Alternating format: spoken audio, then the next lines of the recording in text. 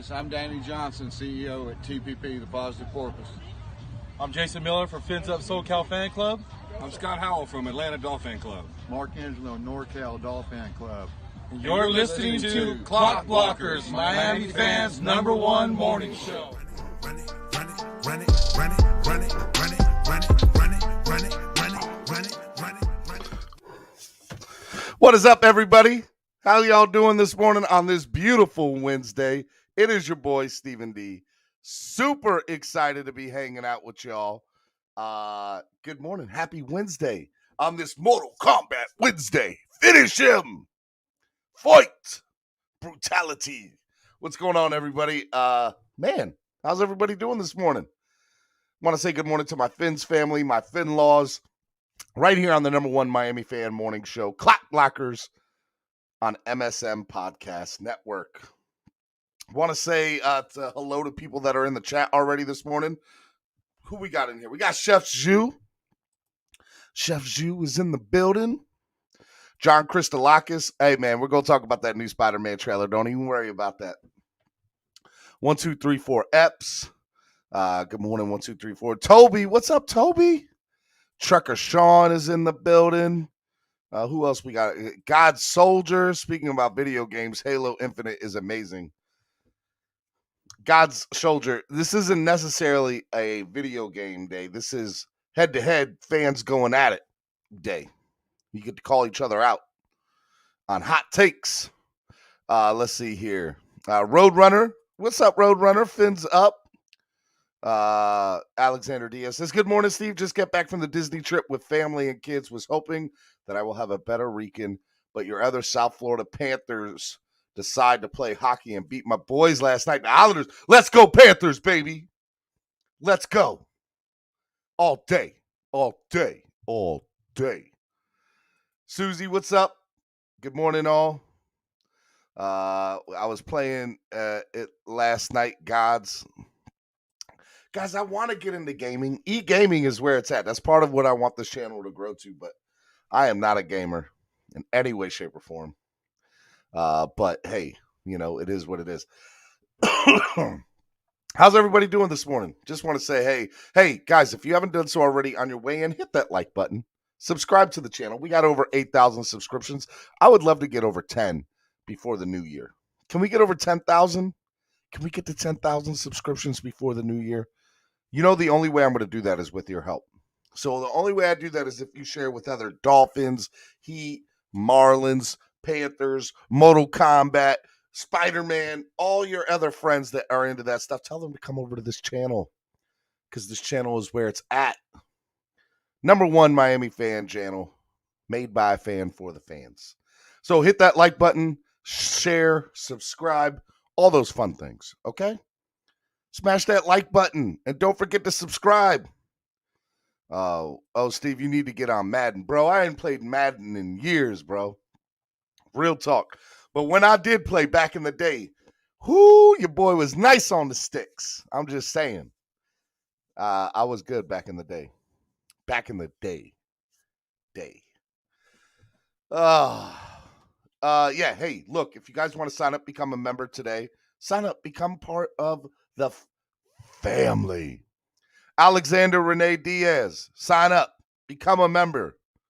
Susie, sign up, become a member. Roadrunner, John Christolakis, come on, sign up. Sorry, got morning voice. Sign up, become a member today. Become part of the family. My Vin Diesel voice. Okay, come on, sign up, guys. Sign up today. You get a lot of great perks. It's absolutely awesome. Love to see you part of the family. Also, hey, if you guys want to donate to the channel, help the channel grow, I ain't gonna be mad at you. There's a lot of cool things that we got in the works. Yesterday I had 3 amazing conversations yesterday with how this channel could grow. And let's just say there's a lot of stuff in the works. So when you guys donate to the channel, it helps the channel grow. And let's just say a big part of that was being in South Florida for the last 9 days and growing the channel, which was great. So sign up, Become a member today. Donate to the channel. Help the channel grow. There's 3 different ways you can do it. Use the YouTube live super chat, which is the $ down at the bottom of the chat. The podcast network, MSM Podcast Network on PayPal, or Cash App, which is $MSM Podcast Network. If you donate $25, every $25 you donate, you will be entered into a drawing until we get 50 slots filled up. What can you win? What is the raffle for? The raffle for is first place will get an autographed JSA Miami Dolphins Frank Gore jersey. Awesome. Second place will get an 8x11 autographed Ricky Williams Heisman Trophy photo, which is awesome. And last place, call it the lucky loser, they will also get a prize too. Okay, so make sure you guys sign up or you guys donate $25, not $25 or more, $25. So if you donate $25, you get 1 entry. If you donate $50, you get 2 entries. If you donate $75, you get 3 entries. Okay.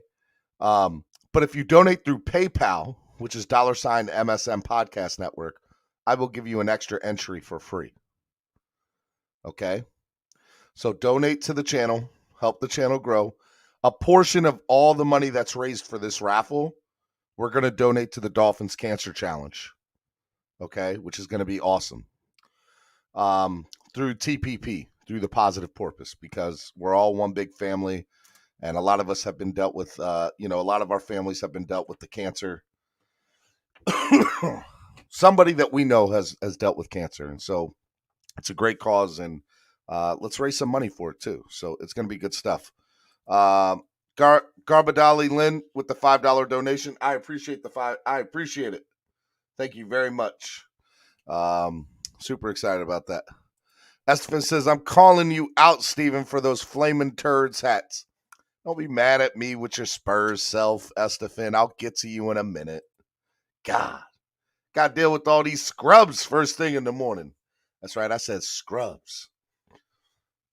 1, 2, 3, 4 Eps. I like you putting all the little emojis in there. Love it. Love it. Love it. Love it. I'm Atlanta 72. Thanks for the ride.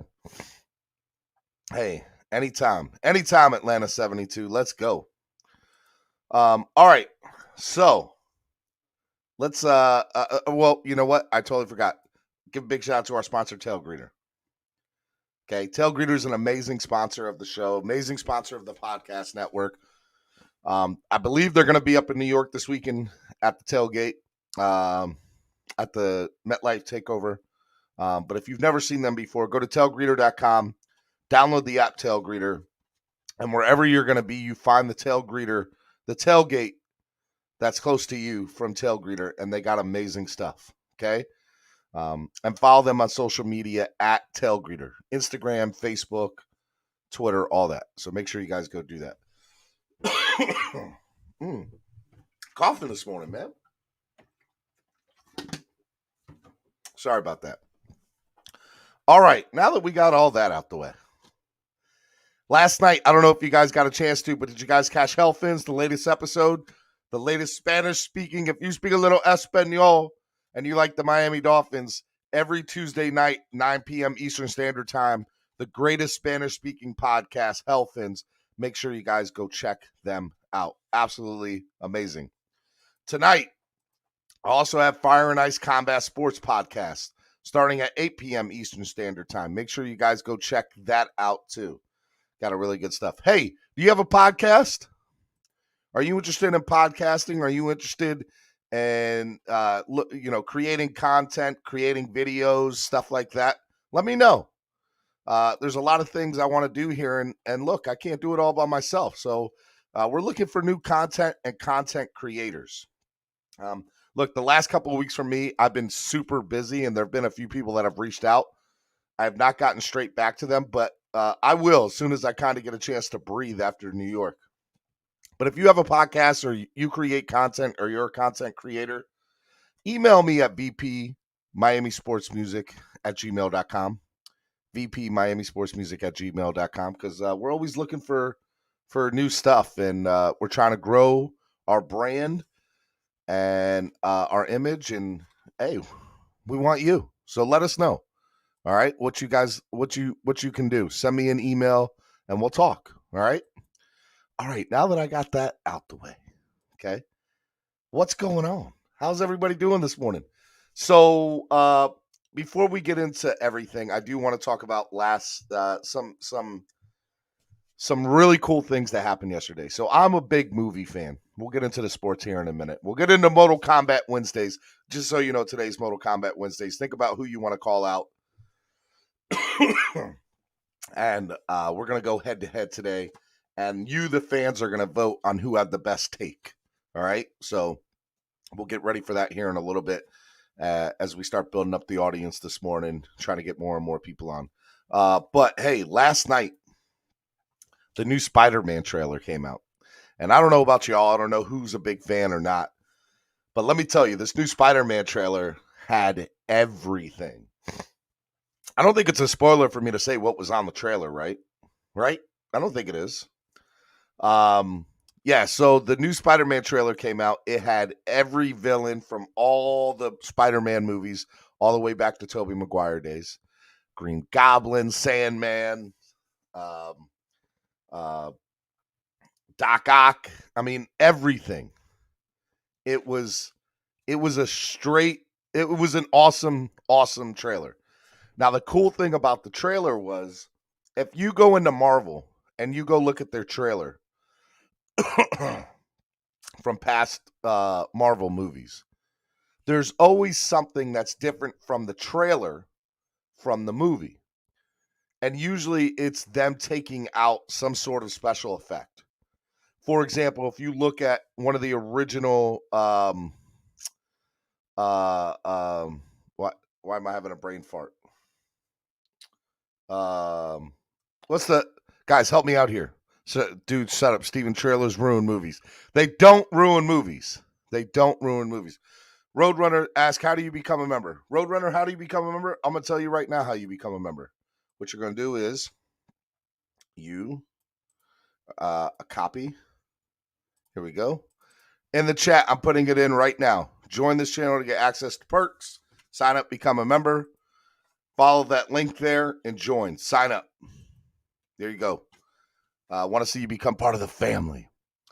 Yeah, so there's a scene in one of the movies where you have all the superheroes running, and you see the Hulk, and the Hulk is I want to say he's wearing like the Iron Man Hulk, but he's not wearing that in the movie. But in the trailer he is, or in the poster he is. So it's crazy about that, because if you look at yesterday's trailer from Spider-Man, there is a Toby DeLaire. We're not talking about that, bro. We're not talking about that. That's not going to happen on my channel.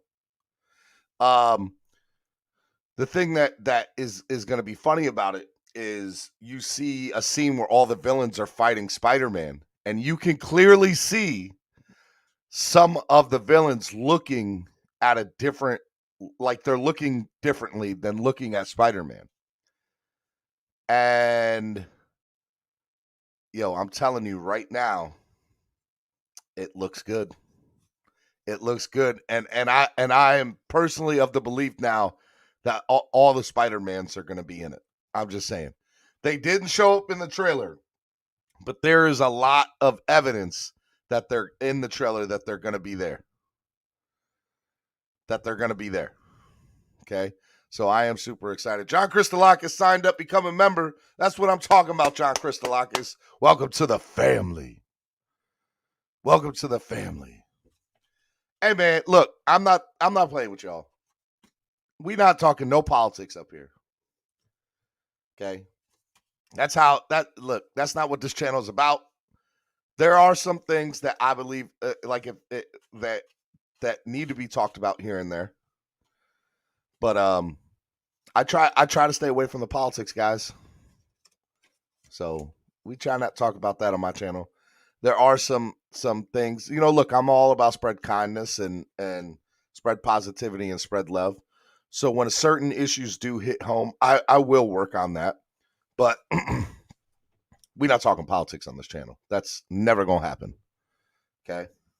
So, look, John Christolakis, did it work? Yeah, man, you're part of the family now. I gotta make you a moderator. There we go. You're a moderator now, John Christolakis. Let's go. You should have a wrench next to your name too now. Super excited about that. All right. Lakers All Day has been talking about this for 2 days, and I should have talked about it yesterday, and I honestly just didn't get a chance to get around to doing it. Miami Hurricanes fired their AD. I think there's more to this story than meets the eye. Look, I would say that if you're looking at the University of Miami football program, there's a lot of changes that want to happen. And if you look at that, what you will see is I think that program for a long time now has been on the brink of making it to that next level, but never been able to cross over that threshold. Do I think Manny Diaz is on his way out the door? I don't know. Should he be? I don't know. But I know they're not winning right now on a consistent basis. But I don't know if necessarily tearing down the program again and redoing it is the answer either. College football is a funny thing. And everybody expects everybody to be Nick Saban, but there's only one Nick Saban. There's only one. And so it's interesting. So I don't know what to say about it, man. I would say that Trucker Sean said, Steven, I got my wife to join as a member. All day, Trucker Sean. I like it. See, that's a real fan right there. Steven, they're having big meetings on Thursday about Manny. Lakers All Day. Look, this is what I'll say about it. Manny Diaz has not consistently won. So in a big program like the University of Miami football program, if you're not winning, you're expendable. You're gone. And the University of Miami football should be a bigger program than what it is. It should be. We shouldn't be a 500 football team. We shouldn't be struggling against, the teams that they tend to struggle against. So, look, I don't know what to say other than I don't know. Yeah, Frank Mendez says it's Nick Satan, Stephen D. Look, Frank, it's funny you say that. I used to hate Nick Saban. I did. I used to hate the man. The reality is the Miami Dolphins never had a good front office here. And I don't think he was never going to be set up for success to win here. And that was proven over the next 10 years, 15 years here. So I can't get mad at Nick Saban. I can dislike the guy. I don't know if I can hate him. Right? So, I mean, that's that's how it is. Hurricanes losing is Tua's fault. TD, what's up, TD? TD, let me get in here. TD, I'm gonna send you the link on Instagram here. Because we all know that it's Tua's fault. Everything is Tua's fault, TD. Invite. We all know that. There we go. Paste. There we go. All right. I'll send you the link, TD. Come on. You can hang out with me for a little bit before we bring everybody on. I agree. I just hold grudges, Frank Mendez says. TD says, I'm sick, bro. Nah, man, get better. Steven, that's all coaches, honestly. You talking about what are you talking about? 1, 2, 3, 4 Eps?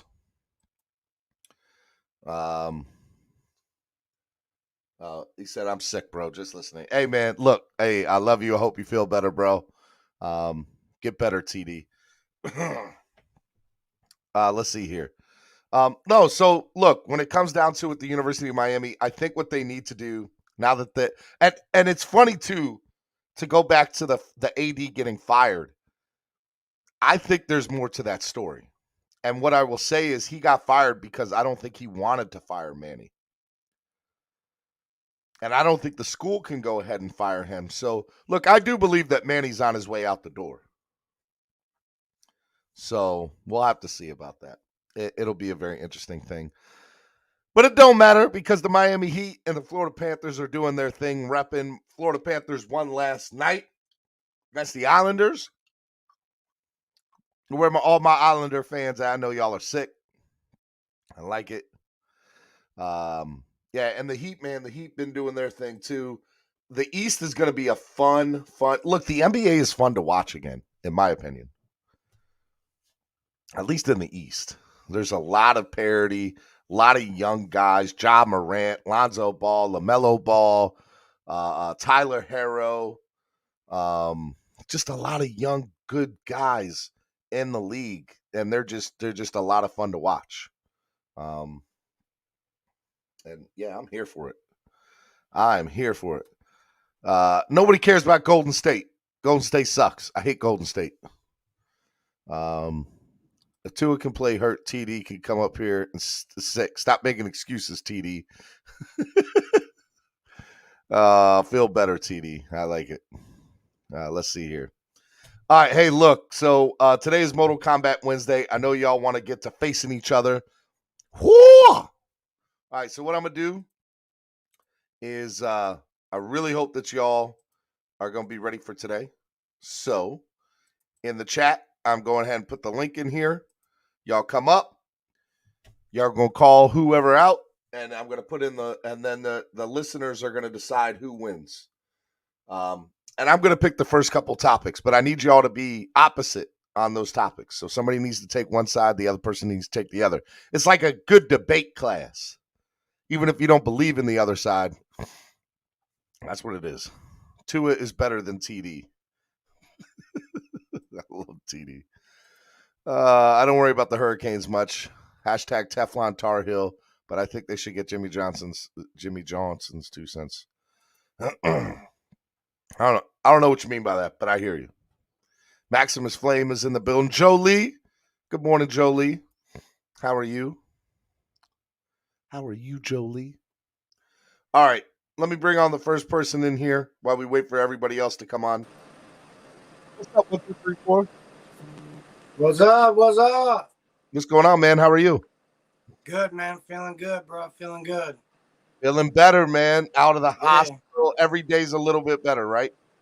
Yeah, every day's better. Yeah. I mean, like I said, I couldn't wake up early for the longest time, but I had to watch your show on YouTube. Hey, man, that's what we do here. That's what we do. Let me bring on somebody else. Let me bring on Jolie. What's up, Jolie? Hey guys, what's up? Good morning, Jolie. Are you ready for Mortal Kombat Wednesdays? Yeah, I can't wait to see what the guys have to say today. They're gonna go crazy. They're gonna say something I don't really have nothing outlandish. to argue about, honestly. Oh, we're gonna argue. There's gonna be some arguing today. I heard Zach Wilson starting TD. Zach Wilson, is that official? That's what I heard. I have no idea. No Mike White. That will be interesting. I meant to say Steven. I don't know why I said TD. I'm worried.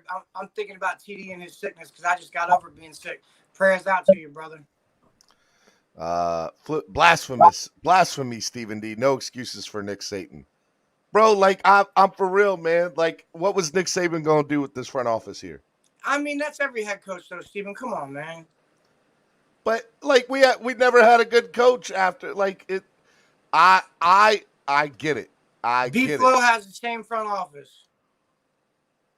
Okay. I mean, look, 1, 2, 3, 4. Let's be honest. Nick Saban was never going to do anything good here. No, nope. He was never going to do anything good in the NFL. He's a college coach with the. I disagree with that. I think that Nick Saban, with the good management or good front office, would have been amazing. Not at all. And let me explain because see what Urban Meyer's doing. Urban Meyer and Nick Saban are like night. I would never put Urban Meyer on Nick Saban's level ever. Nick Saban has the best college organization in history. I know. Maybe. You want to know why? Anybody can go there and win. 2 reasons why. Recruiting. Don't make me call you out today, Stephen, on Mortal Kombat. No, go ahead, man. Look, recruiting is great. Recruiting is great. He's great at recruiting, right?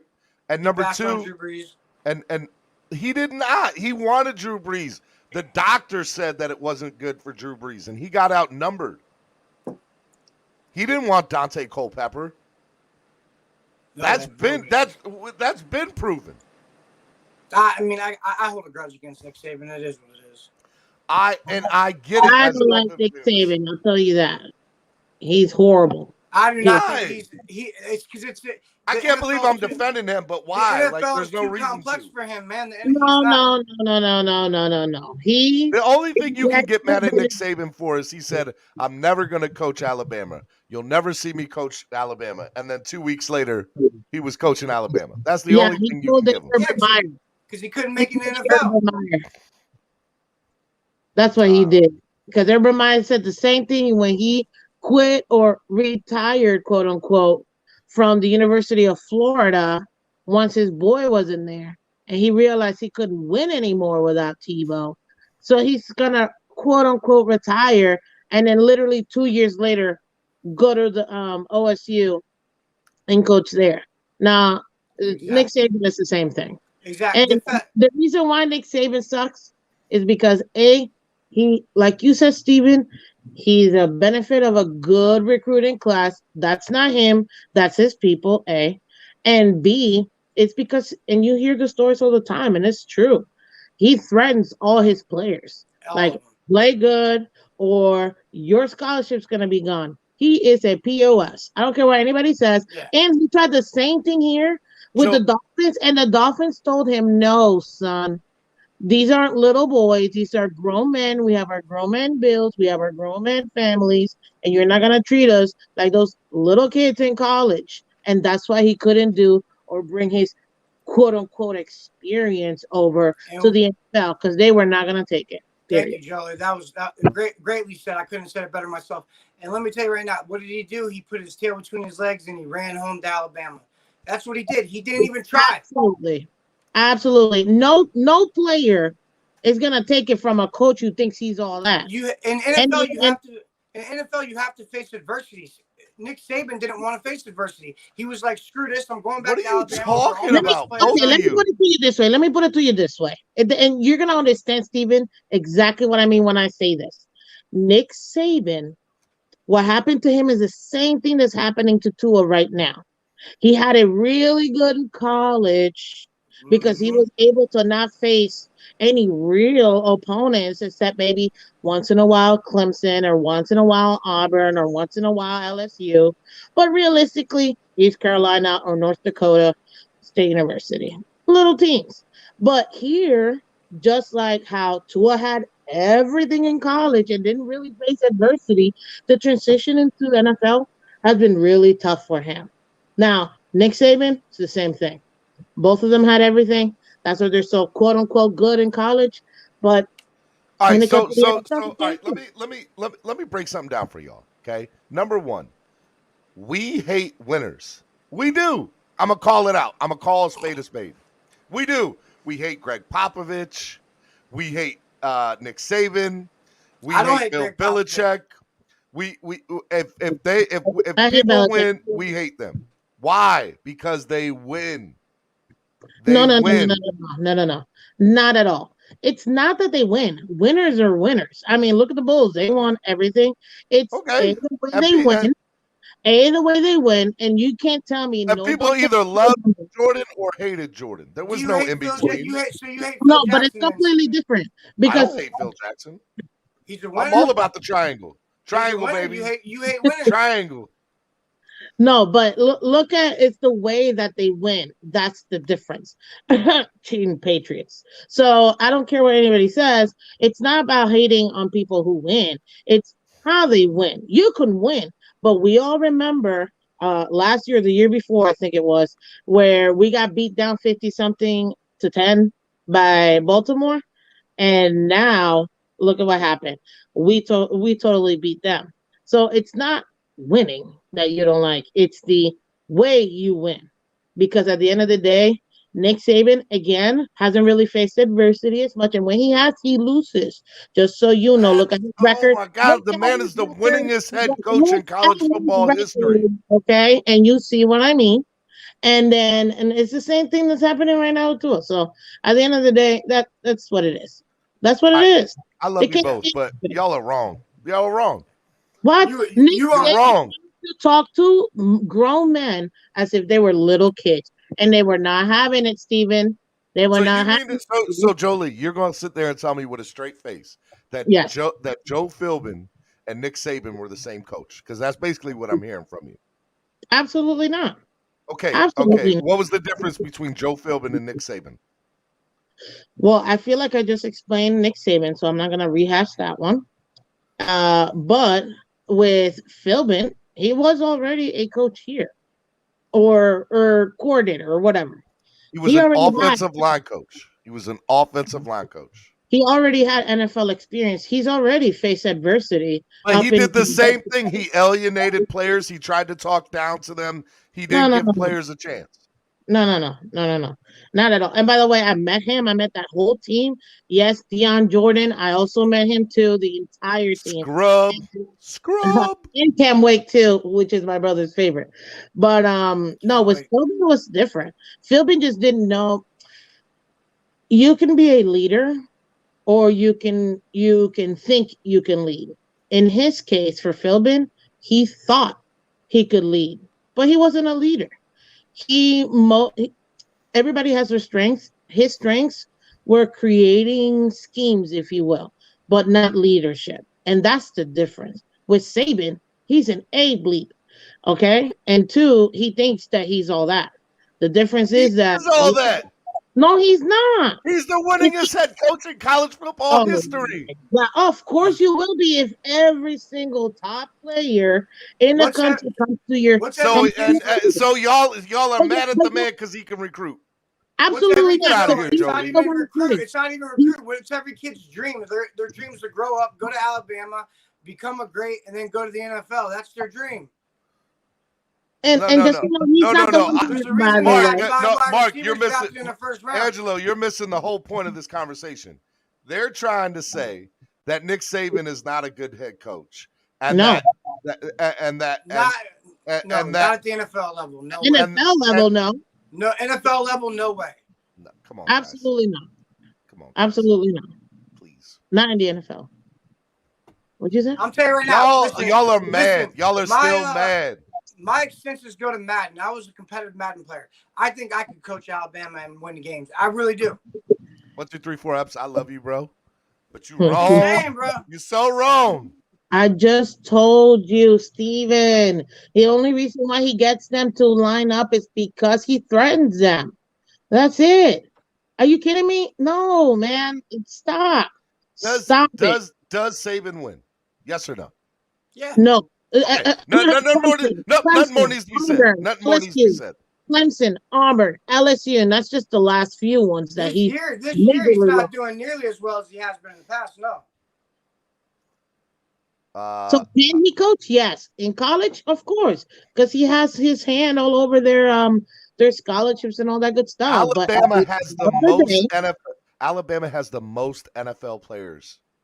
There's a reason for that. I mean, it's statistics. There's a reason for that. How many of those actually end up being good? Derrick Henry. Don't worry. Hello. Jolie, we could go down the list. Go down that list. Julio Jones, Sean Alexander, Derrick Henry. I think Alvin Kamara even might have went to Alabama for a little bit. I can't remember. Now, like y'all. But yeah, let me bring on Cap for Life and Polo. What's up, Cap for Life? What's up, Polo? What's going on, Steven? Good morning. Good morning. I'm dealing with this foolishness this morning with these. I'm hearing. Well, I think you're gonna deal with some more foolishness because I'm gonna tell you something. If you want to talk about sabotage, that man set us back 5 years. That man did all he could to help the New England Patriots get better. Yeah. How do you trade? We were in the division just to alienate the team that you're with at that point in time. He lied to our face, bro. He lied to our face and then went somewhere else. Yeah, Steve, I still got a problem with that. Cap, he lied to our face. That much I will give him. But he is not the one who coordinated all these trades. He was not the one who picked Culpepper over Breeze. He wanted Breeze over Culpepper. You don't know that for sure, Steve. He said it in his book. He said It was on his watch. I can write a book and say He anything can I say want. whatever he wants to say. At the same time, I'm not going to believe what he's writing if he's telling us to our face lies as well. You can put something on paper, but if you're lying to my face, he already lied to you, and then he wrote you a letter, and you believe. yeah. If you want to talk about sabotage, and everybody's talking about the coaching staff is sabotaging people on this team now, Nick Saban is the true definition of sabotage to this Miami Dolphins organization. Exactly. I love y'all. Y'all I'm just sounding. Steven, why, tell me this, why is it that we keep getting all these players from Alabama, and not all of them are all that great? For some reason, we just have to only get Alabama players. They're not all the best. Period. They're not all the best. And we have to... No, hey, nobody's questioning his coaching in college. Nobody is. But he went to the NFLs and couldn't deal with the big boys and then left. That's a fact. That's what I said. That's exactly what I said. All right, you ready? Jolie, what did you say, that Alabama players aren't good in the NFL? Is that what you said? No, I didn't say that, and so don't mess I believe that's what you said. Not all of them. Nope. Okay. I said you not ready? all of them. Julio Jones, Derrick Henry, Devontae Smith, C.J. Mosley, Amari Cooper, Marlon Humphrey, Mark Ingram, Josh Jacobs, Najee Harris, Jalen Waddle, Landon Collins, O.J. Howard, Jalen Hurts, Kareem Jackson, Jerry Jeudy. Jalen Hurts is not good. Bradley Bozeman, Patrick Surtain, Damian Harris, Andre Smith, Kenyon Drake, Drake Kirkpatrick, Mark Barron, Anthony Everett, Aha Clinton Dix, Alex Leatherwood, Jedrick Willis.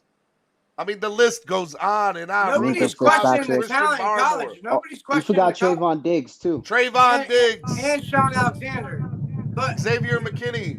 Come on, now. And nobody's questioning that. But if you really want to get into specifics, Mario Cristobal did that recruiting, and when Mario Cristobal left, the recruiting went down after that. Let me tell you, Oregon is out where they're at because of Mario Cristobal, and so is Alabama. I'm just not ever going to agree to this. I'm not ever going to be because I feel like Tell me if I'm lying. Tell me if I'm lying. Mario Cristobal is the #1 recruit in Florida and in California right now as we speak. Cap, listen to me. Listen to me, Cap. Are you listening? I'm listening. Dolphin fans, which I am, as you know, I would say a majority, not all, a majority of Dolphin fans are just hurt. They're still hurt. Their hearts are still broken with how that went. I'm never going to forget that man. I'm never going to forgive him. That man can go ahead and make some crappy-ass Affleck commercials all he wants. I know the true face of that guy when he left from here, bro. Facts. Cap for Life said, I'm not buying no Affleck from that man. He said, I'm not buying no car and life insurance. I'm the same with Cap, man. Hey, look, man. Man, I'm done with Saban, man. Come on, bro. Get out of here, bro. Nick Saban trash, man. We agreed to disagree on this one, man. That man, I will never, ever. And his wife was the one that wanted to leave. And then when his wife said, let's go, he got up and left. He left a franchise that paid him more than anybody else, and then he decided to leave. And trade within the division. Wes Welker for nothing. The Alabama players that come to Miami, we are 2 of 4 of the last couple Dolphin picks from Alabama. Minka and Tua return to sender. Tree huggers. Y'all are funny, man. I wouldn't say Minka's a bust, but Alabama does not produce great quarterbacks. Name a great quarterback they produce. No, they can produce within the trenches. Tua Tagovailoa. I said a great quarterback. Tua Tagovailoa. Within the trenches, they can produce, no doubt about it. But we never draft within the trenches. We always draft trinket players. And Tua right now is, we're going to see what happens Sunday, man. But to be honest with you, man, how is it that he can have all these productive players in defense and offense, and we never take a snap at them whatsoever? I have no idea. I don't know. Cap, where are you at? You got all these trucks in the background. My bad. Back in Miami, baby. Back in Miami. He's back in Miami. I'm saying is Nick Saban sucks for the NFL, period. That's it. We're going to agree to disagree. Y'all sound. So I did a vote. Are you still mad at Nick Saban? 44% said yes, and 56% said no. So, God. I would say that sounds about right. I think finally 55% said no, 44% say yes, 45 votes. I think that's a very accurate thing. All right. Anybody up here want to call anybody out? Was anybody mad? Polo, Cap for Life, Jolie. Nah, man, I just wanted to get my 2 cents, man. Thank you, man. I'll be listening, man. Love y'all, man. I love you too, Cap. Be good. All right, let's see here. All right, let's talk about the Jets. It's Jets week, baby. What do y'all think about this game coming up? I want to hear your thoughts. Polo, Jolie, 1, 2, 3, 4 Eps. Polo, what's up, man? Talk to me about this Jets game. I feel like whoever is at quarterback, whether it's Zach Wilson, Mike White, I feel like we have a decent shot. I would rather face Zach Wilson because Mike White, I would rather face Mike White. Never mind Zach Wilson. We have a great higher percentage of winning against non-mobile quarterbacks like Mike White. And if we go with 0 like we did last week, there's no way he could torch us, And for us to win, I don't expect too much from Tua, but I expect enough from Tua. And that means whether one rushing touchdown, one throwing touchdown, I just expect him to be, solid for Sunday's game. Hey, real quick, Daniel Oyefusi just announced Dolphins cornerback Xavier Howard is the AFC Defensive Player of the Week. Let's go. I love it. That's I love awesome. it. I love it. Shout out to X-Man in the building. It's about hey, look, time, though. he played great. He played great. He played great. What do y'all think about that? 1, 2, 3, 4 Eps, you're on mute. 1, 2, 3, 4. You're on mute. 1, 2, 3, 4. I keep thinking, let's get rid of X, let's trade him, and then he does something great again. So I'm like, man, I don't know what to even think about this guy anymore, man. He just every time I get down on him, he does something spectacular. So I don't know. I need to see a little more consistency, but I'm glad to see that he got the recognition. He deserves it. He gets burnt a lot by speedy receivers. That's the one downfall with him. You see him hold like he did against Bateman, I think. Yeah, he'll hold and he'll do things like that. He's not good in go routes, and stuff but slants, outs, little things like that. He's spectacular. And as far as causing turnovers, the guy's a ball hawk. So, hey, Epps, I got a question. He finds the ball. I'll give him on that. What's up? Bud? If you had the option to trade either Byron or X, who would you want to stay on this team? Well, Byron. I would trade Byron. I would trade Byron, and the simple fact is because Xavier Howard scores points. Thank you. All right, that's all I needed to hear. I think Hold up. I'm not saying Byron's playing bad, Jolie. Don't get at me. I'm not saying that. The question on the table was, who would you trade? Okay. And I wouldn't trade either of them, but if I had to trade one, I would probably trade Byron over X. Well, let me be, I guess, the opposite in this one, and let me explain why. I would actually trade Xavier Howard, and the reason why I would do that is for 2 reasons. One, he can bring his trade value up, which is one thing. Obviously, we're going to be able to get a better pick for him. It's not like we're going to do anything with that pick. I don't think Byron's trade value I said it. Hold on. Okay. And 2, the reason why I would trade X over Byron is because at the end of the day, right now, you can tell he's hurt. I mean, let's be real. He is not 100% physically how he was last year, which I also take into account as to why he may not be as explosive as he was last year. But still, at the end of the day, he's benefiting from being able to not have to worry about the other side because Byron's there. And right now, if let's say we didn't have Byron, put anybody else on the other side, and Xavier Howard, I know for a fact, would not be able to have the production that he did last year, or will have the production that he seems like he's having now, again, because he doesn't have to worry about the other side. So to me, he's not the future. He's already older. We can get really good trade value for him. And that's why I would trade him over Byron. You think Byron's trade value's gone down? I don't think so. No, I didn't say that. It's just that I feel like Byron, he's good enough where you can keep him longer term versus Xavier Howard, because again, Howard has a little bit more. Also, what I liked about Xavier also is after the game, he had a big speech in the locker room. He talked to all the players. He seems like he's involved now. He said he's happy to be in Miami. I mean, winning cures everything. Just yeah, that's true. But so, listen, I mean, this is the thing too. We already gave him what no other team would have given him. We actually believed in him when no one else believed in him. Even when he got hurt, we gave him the bag once and twice.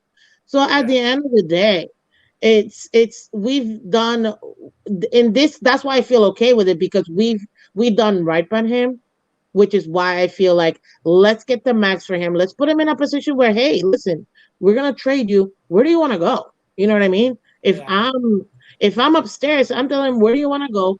We need to trade you, man. It all sucks because of the Noah Monogamy pick.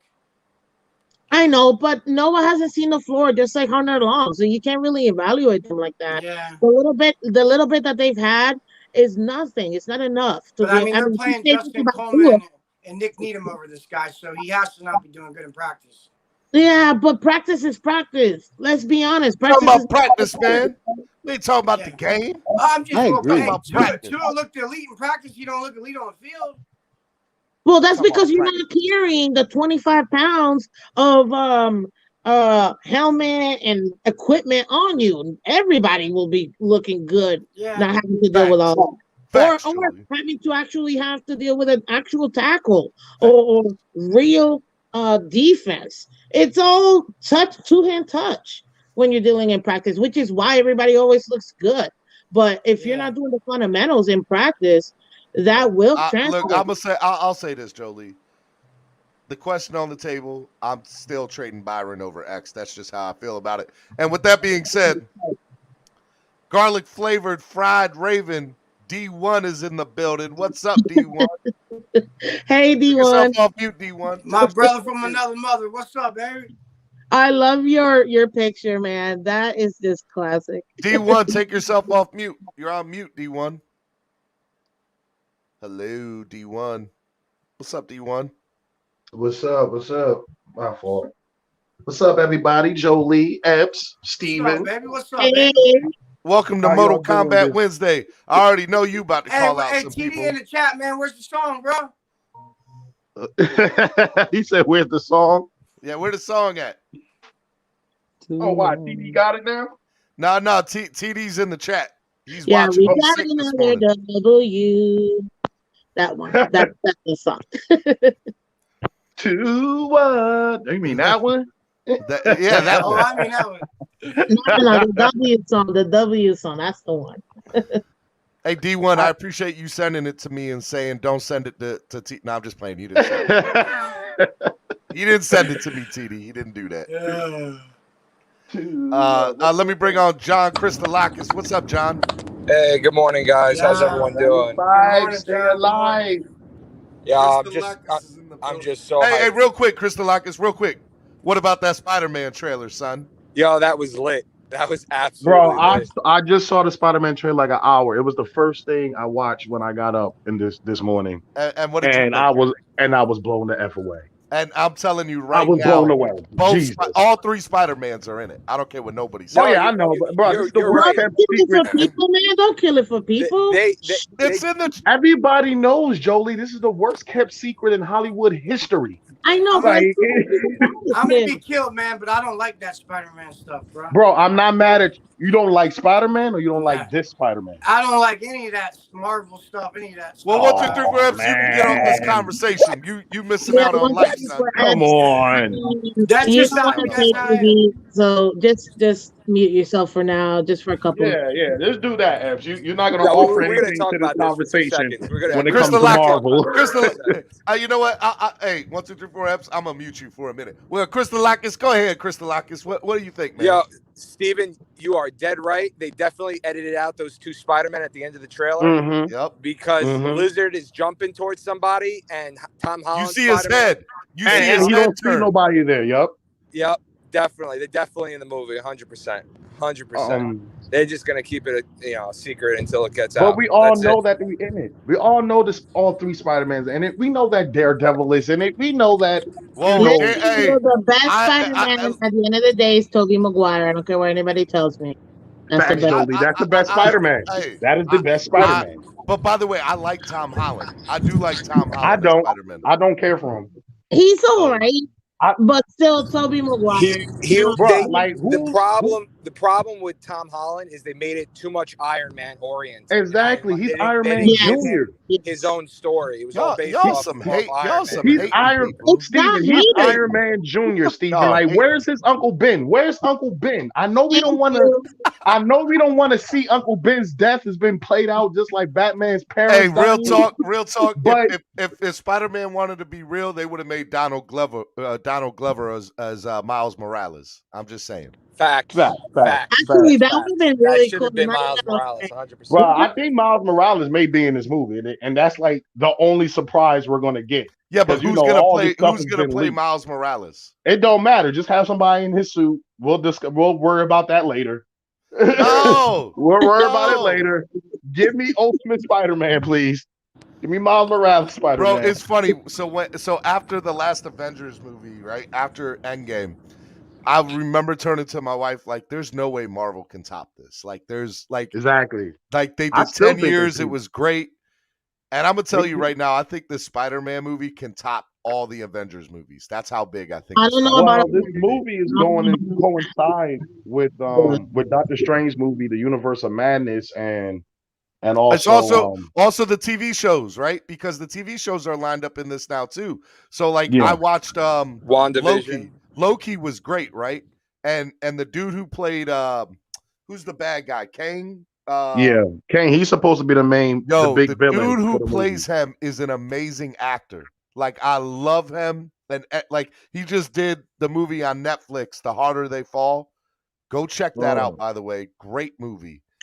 He's the main character in that. But yeah, awesome. I don't mind Tom Holland Spider-Man. He's just my least favorite. I don't feel he has no motivation. Garfield is my least favorite. Garfield is definitely my least favorite. Garfield, your least favorite? Yeah. Yes. Are you kidding I me? like Garfield more than hey, Holland. you want to know some real talk? I've never even seen any of the Garfield movies. Really? Don't worry, you didn't miss much. I ain't mad at you. You didn't miss much. Now, Garfield, now you're talking me, man. Garfield is just, come on, man. I love Garfield. Nah, Andrew Garfield. No, we're not talking. We talking. 1, 2, 3, 4. Keep yourself up, muted. We're not talking about the cat. We talking about the actor. 1, 2, 3, 4. Over here talking about Garfield is my favorite. I love Garfield. He's great. My thing with Tom Holland is I don't feel as though he's fighting for Uncle Ben. He's fighting for Iron Man. Yep. And for 2, it's just too much. It's too much tech. It's too much tech for me. I'm sorry. It's too young for him to have this much tech. Like, like Spider-Man has a bunch of tech when he gets older. Hey, but guys, in high school, go ahead. Which he makes himself, by the way, not him just randomly getting it from Iron Man. Exactly. Hey guys, real quick, I want to give a big shout out to Miami Football Talk, #1 retweeting the show this morning on Twitter. I appreciate you doing that. Ain't nobody else doing that. I appreciate you doing that. Appreciate you. That's a hint to everybody. Go retweet the link. Go share the link, people. Yo, but #2, your show last night was pretty awesome, bro. Great show last night. You had my girl up there, 305 Sports Babe was your guest. It was good stuff. Yo, so D1, you definitely right. I mean, Spider-Man did not earn that tech. He didn't earn the right to be called Spider-Man, I feel like. He's just like you said, Iron Man Jr. Exactly. And he doesn't have a good storyline. I'm sorry. I think that I like Tom Holland as an actor, but his storyline is just not that good. What? I don't even think Spider-Man in the Marvel Universe has a storyline. I'll be real. He was literally just dumped into Avengers. He was dumped into it. Yeah. Not really. Not really. He was just dumped into it. He was dumped into Civil War. Hey, let me ask you, do you think Venom is going to be in this movie? No. Yeah. I do, but at the last scene of the movie is going to be Venom, I think. I mean, they got to. You got to get Venom into the universe correctly. I mean, Spider-Man Part 3 was just now bad. I don't. Hey, spoiler alert! Spoiler alert! Turn your thing on mute if you don't want to hear this. Spoiler alert! At the end of Venom, at the post-credit scene, I heard of it. I'm just saying that I don't even need to say nothing else. That But post-credit scene. it's hard to get Venom and Spider-Man in the movie. Well, in prior years, because Fox just lost all their Marvel content. Yeah. Marvel got it back. So they own the rights to put out the movies. Marvel Studios has the rights to put Venom now, like, into the MCU because they got their shares back from Fox. So the same issue with the X-Men. Yeah, Fox, it's the same thing with X-Men. Fox owned X-Men. So now exactly, Joey. So now they can be in the Marvel Cinematic Universe. Donald Glover is actually Miles Morales' uncle, the bad guy in the multiverse. Yes, yeah, he's the Prowler. Yeah, he's the Prowler. I want to love this Spider-Man. I want to love this Spider-Man. It's just, I love the movie. I don't like I don't like the character of Spider-Man. Like, I don't know how to explain it. Like, Spider-Man is my favorite Marvel character. He's my favorite superhero in general. And I'm just tired of him. I'm tired of him being in high school. I'm tired of it. Get that man out of high school, please. I'm tired of him. They never gonna let Peter Parker grow up. They're saying the Hobgoblin. All right, hey, real quick, I want to show you guys something. So I'm gonna change topics. We're gonna get up to Spider-Man topic, people. Yeah, really. Last night, if you were watching NBA basketball on ESPN, the Lakers game, there was 3 fans there, and they were wearing this in the stands. What? We got 3 Gambarino jerseys in the house. That happens all the time, doesn't it? Okay. Dolphin fans all over the world, bro. Respect, baby, respect. Bring us the Lakers calendar. Everywhere. Respect to the go. I like it. I like it. I thought it was cool. Look, man, we everywhere. It don't matter where we're at. Dolphins are everywhere, boy. We everywhere. And other fan bases think that we don't have a fan base because they see the games in Miami and see the stadium not full of Dolphin fans And the media don't talk about it. Hey, speaking of Lakers, Staples Center is going to be renamed the Crypto.com Center Arena. Wow. December. I know they're taking over everything. That's horrible. How long has the Staples Center been the Staples Center? Like 20 years? The house that Kobe built? More than that. The house that Kobe built? Yeah. What's it going to be called? Crypto? Well, that's Crypto.com Arena or something like that. That's as bad as the AAA not being the AAA. Let's be real. That's I don't like that. It's kind of funny, right? Like, so the Dolphins, this is a good segue back into Miami. So I love the Hard Rock Stadium. I love the name, the Hard Rock. I think it's a great name. The Rock. I love it.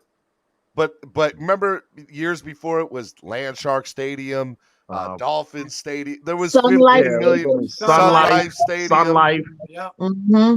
Like they Sun had Life was the 15 worst. million names. But the good thing about having a name like Joe Robbie, right, is it was the name of the stadium, right?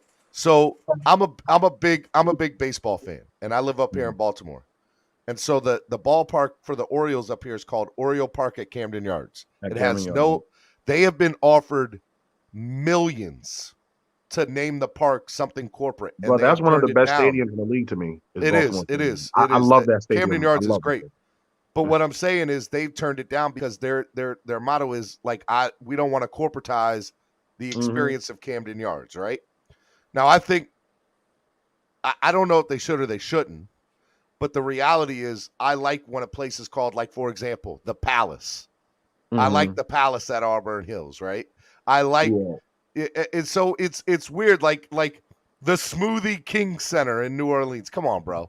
Really? The Smoothie King Center? It takes away the mystique of the stadium. What?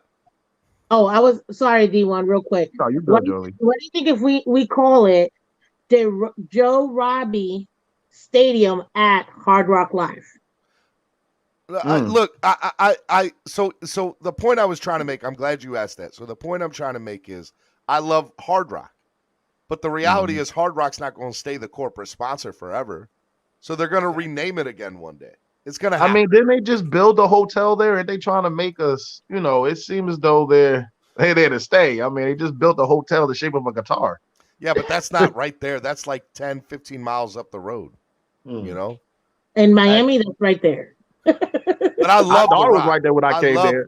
I love the Hard Rock. Like I think the Rock is like the name that they should keep. So my question to you is, do you think, like, from a fan perspective and an experience perspective, because there are people that still call that stadium Joe Robbie. They still call that stadium Joe Robbie. Do you like when a corporate sponsor names a stadium or it gets renamed all the time? Or would you rather have one name and say, like, the Palace at Auburn Hills presented by the Smoothie King or something like that? I'd rather have the name of the stadium and not corporate. I feel as though it takes away the mystique of a stadium, especially if it's been around for a long time. Like, imagine calling Lambeau Field Crypto Field.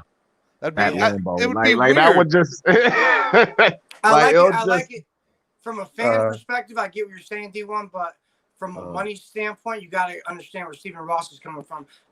Building a stadium costs a lot of money, man. So they need people they need corporate sponsors, and the corporate sponsors want their name put in, and that's just how it is. This is about they can sponsor other parts of the building. They don't have to necessarily name it, even though I understand that's probably going to get you the most money. Yeah. But like, if you look at the outside of the stadium, Verizon's logos on two of the corners, and Maryland United Health, I think, is the other two sides of it. So they have it. Yeah. Everybody has to realize that the NFL's become a bottom line business, and the bottom line is they need to make money. Yeah. Everything is all about making money. Everything. Let's be real. So you have Stephen Ross as our owner. We all know this. But I still want to go back to, I would call it the Joe Robbie Stadium at Hard Rock Live. I just feel like that's perfect. Yeah, that's incorporate perfect. that. It's a long name, but yeah, I like it. I mean, but it's funny, like Lambeau Field, right? Lambeau Field, there's no stadium or anything. It's just called Lambeau Field. So I could see one day something being like Verizon Stadium or Lambeau Field at Verizon Stadium. That it would suck, but you would still keep the Lambeau Field name. Exactly. Yeah. And that's what I like about that. Well, so like I would take any name that would take off this curse, because we built on Indian burial ground. There we go, D1. It's not Tell wrong. him. Whatever name you want that can reverse this curse, I'm all for it. Okay, because it's ridiculous. Does anybody have a problem that some people think that it's a curse right now? Does anybody on the panel disagree that it's a curse? Yeah, I don't believe it's a curse. I didn't believe it was a curse at first until somebody told me that since being on that field, since having that stadium, the Dolphins haven't won, the Hurricanes haven't won, and the only team that basically won was the Marlins. The Marlins. Twice. That's it. Since we moved, the football teams have not been successful in Miami. I mean, a curse, though. I mean, that's just so far. Hey, Indian burial ground. You ever seen Poltergeist? I mean, you ever seen Poltergeist? Hey, hit that like button, y'all. Man, I'm an eyes guy. If I don't see it with my eyes, man, I don't know, man. Bro, and that's why I was thinking. The entire state of Florida is Indian burial ground, if you want to get technical, then. So I refuse to believe that Walt Disney World is an Indian burial ground. So yeah. Hey, I've been hearing that there's hella ghosts. There's been a lot of paranormal activity at Disneyland that they try to hide. Called the Haunted funny boy. Y'all are hilarious. Tower of Terror for a reason. Are you kidding me? Ennis, what's up, Ennis? How are you doing, Ennis? What's good? We're really talking about ghosts and stuff now. I mean, they say that the field is cursed. Baylor, we just signed. They say that the stadium where it's at, the ground is hollow ground, and we're cursed because of it. Call one of the Ghostbusters, reasons. and they'll Now, get him one of out the of there. reasons why I wanted Tua is, I mean, come on. Oh, man. I mean, that's one of the reasons. Like, maybe he could, speak to his ancestors. That's why I thought when we played the Jets. That's why I thought when we played the Jets last year. D1 up here trying to get canceled. Come on. I'm getting canceled. I mean, no, hey, I know people that believe. I know people that believe in this stuff, man. It is what it is. People believe in this stuff, bro. I mean, because he's Samoan. Come on, bro. Yeah, he's Samoan, Polynesian, whatever you want to call it. Speak to his any of those ancestors. people that dead. You don't know any of those people. Hey, when he was on the field at the end of the game when we played the Jets, and he got on the field, and everybody blew up that he was on the field talking to his parents, and he was laying down on the field. Bro, that was still one of the coolest things in the world. It is. You know it was. But I always thought that him and his parents were saying a prayer to their ancestors to reverse the curse. I don't believe that's what they were doing. But hey, you don't know. I want to exercise the demons, bro. We need to exercise the demons. Hey, what does he say? Hey, what does he say on Ace Ventura? We have exorcised the demons. Yes. This house is clear. Mm-hmm. Get him out of here. Change the name back to the Orange Bowl. And get Tua to do a little bit better. What's your point, Ventura? Only this. We need to change the name back to the Orange Bowl. That's when the team. Double paid soundproof class. Change it back to the Orange Bowl. That's when. Yeah, that's when the Miami football teams was the best. No, man. So you don't think there's any type of correlation to how bad the Dolphins been the last 2 decades, and compare that to the you know what? Hurricanes So here's my thing, right? Everybody tries to say the 72 Dolphins are the curse, right? But we won in 70. We won in 73. So it can't be the curse. I don't want to get canceled. I don't want to get canceled because I've been saying this for like 8 years. One of my best friends could attest to that. I used to say the Dolphins aren't going to be anything. We're not going to be good contenders or anything until the great one, RIP, rest in peace, Don Shula died. I said that. The reason I said that is because I feel as though his shadow is just cast over this franchise. Boy, you saying some words right now. D1 about to get the business. I know. That's all here, we can. I'm just saying.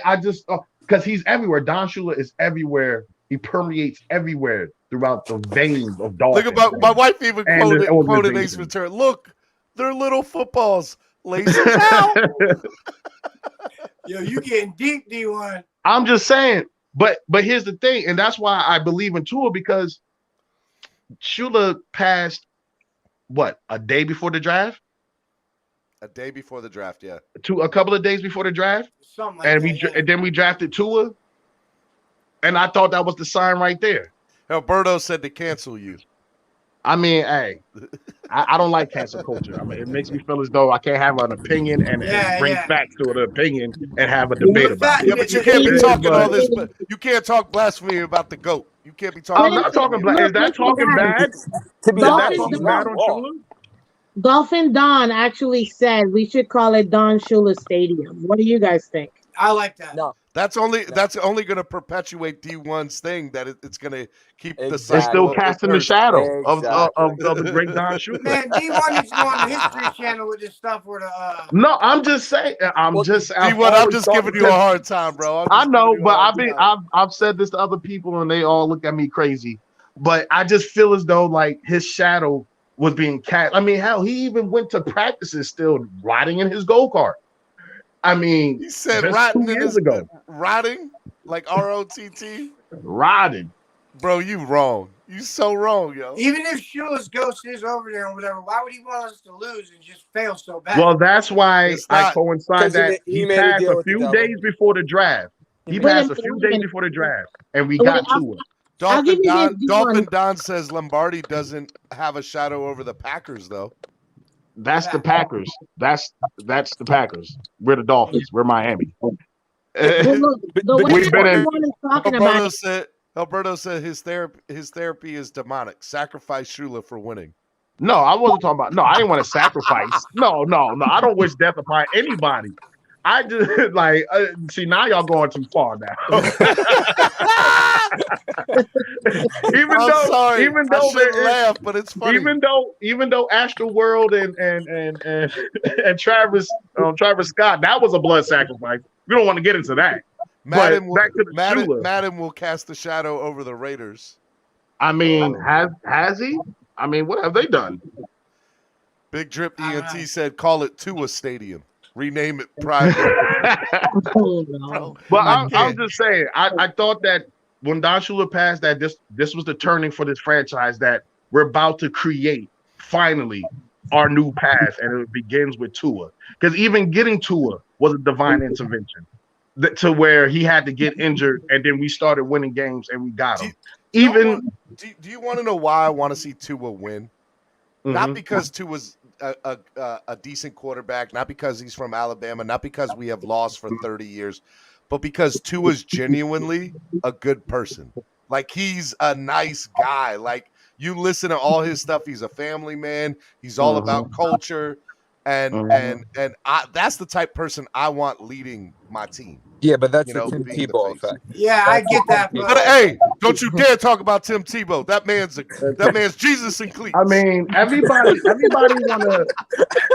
wanna say Tua is not a leader and everything like that because he's not loud or get into people's faces, which I have seen him get into people's faces and yank Mac Hollins over and throw him on the other side of the line because he's in the wrong formation or whatever like that. But everybody leads differently. There's things that Tua has done that has not. But D1, real talk. I keep it 100. Wouldn't you want to see Deshaun Watson in Miami to see if there really is a curse? I mean, if this guy breaks his ankle or starts playing horrendously. But Deshaun Watson has had injuries throughout his career. We're not going to act like if he was to come to Dolphins and then all of a sudden he comes here and gets injured. No, he's dealt with injuries in college. He's dealt with it with the Houston Texans. Dolphin Don says Laramie Tunsil Victory Center. We might as well call it call it the Bill O'Brien Stadium. Bill O'Brien Trade Center. Because he's the one. Yeah, we also wasted all those picks. Real quick. I just want to put this point, which actually it goes with what D1 was saying about Don Shula. It's kind of how when Jordan bought the Bobcats and then it turned back to the Hornets. That I mean, when you have the greatest of all time as your coach or as your owner, that's a lot of pressure. Let's get something straight. They never should have been the Bobcats. They should have automatically been the Hornets. You know what happened, so that's I'm not even gonna get into it. You know what happened? They couldn't get it back. He had to wait. But regardless, he was able to get it back. Now they're what they're supposed to be. The Hornets. And I'm gonna be real with you. They have the second best jerseys in the NBA. Oh, they're beautiful. Gosh, I love Hornets stuff. But it's the same thing. Just like Don Shula kind of gives us that, like, and the greatest coach of all time. It's kind of rough to try to live up to that. And the same thing happened with Jordan and his team. That's why Belichick still hasn't caught up to Don Shula in wins. He has to have another 10 years of 11-win season minimum. Like, that's what Belichick has to do to beat Don Shula's record. I don't think Belichick's not like when they always bring about there's certain records that can't be beaten and stuff like that. I don't think that Don Shula and his amount of wins will be beaten. If Belichick needs another 10 years of 10 plus wins, I mean, and he's already the oldest coach, and I think him and Carroll the oldest coach in the NFL. So. Yo. Hey, real quick, D1. Hilberto wants to talk to you. What's up, Hilberto? Hey, good morning. No. I was just trolling. What happened? What? Oh, man. About the whole sacrifice in Shula. Oh, no. It would come off, we thinking that it does come off like it's a blood sacrifice. But a blood sacrifice is if you want to intentionally kill somebody. I would just wait. All I can think of is Indiana Jones in the Temple of Doom, and doing the sacrifice right there. That's what I think of when I think of that. That's too funny. I always, I try to look at things scientifically and also on the spiritual side or whatever you want to call it. But it was divine intervention to get to it. Whether it was him getting injured at the very time we started winning games after starting 0-8 or 0-7. He gets injured at the time we start winning games. To Shula dying a few days before the draft, to Tua's number being number 13, to a lot of stuff, or even Thursday night. Even Thursday night was divine intervention. That energy was amazing, bro. Thursday night was energy of us wanting to see Tua was just put out there. And I believe in energies and vibes. And if you put that energy out there, it manifests itself.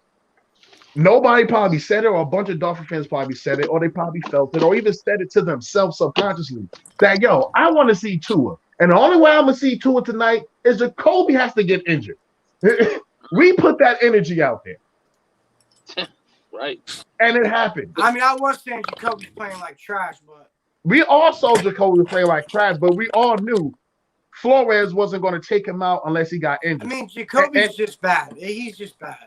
And to that point, I was also saying, I'm like, yo, I've been seeing him bench Tua, and at least when Tua got benched, we at least had double-digit points. Jacoby should be benched. Like, by the time it was to say, before that 54-yard pass to a broken coverage to Isaiah Ford happened, I was saying, yo, he should be benched. This is horrible play. That was a broken cut. He scrambled out. That was a good play by Jacoby. But that's one of few. That's one of very few. Oh, wow. Big Drip ENT, really? He said Tebow went to the playoffs and got cut. Tua's not even close to as good as Tebow. Bruh. Whoa. How about our team is nowhere close to that Broncos team? Right. Yeah. What are you talking about? Do people remember that team? That's why Tebow had divine intervention. There was so much stuff that had to happen for a quarterback to only throw the ball 9 times for like 30 yards to win the game on the final drive. Yo, y'all talk all the mess you want about Tim Tebow. That man got the short end of the stick in Denver. I don't care what nobody said. Tim Tebow wasn't good, Steven. He was winning. He was not good. But that wasn't sustainable, Steven. It wasn't sustainable. You can't go forward with a quarterback like that. You just can't. That wasn't sustainable. Yeah, I mean, y'all not going to sit here and talk blasphemous about Jesus. It's not blasphemous, Steven. I'm not going to talk about Jesus his props. I'm not going to have it on my channel. I'm not going to talk about Jesus. Bro, I love Tim Tebow, man. He's good, man.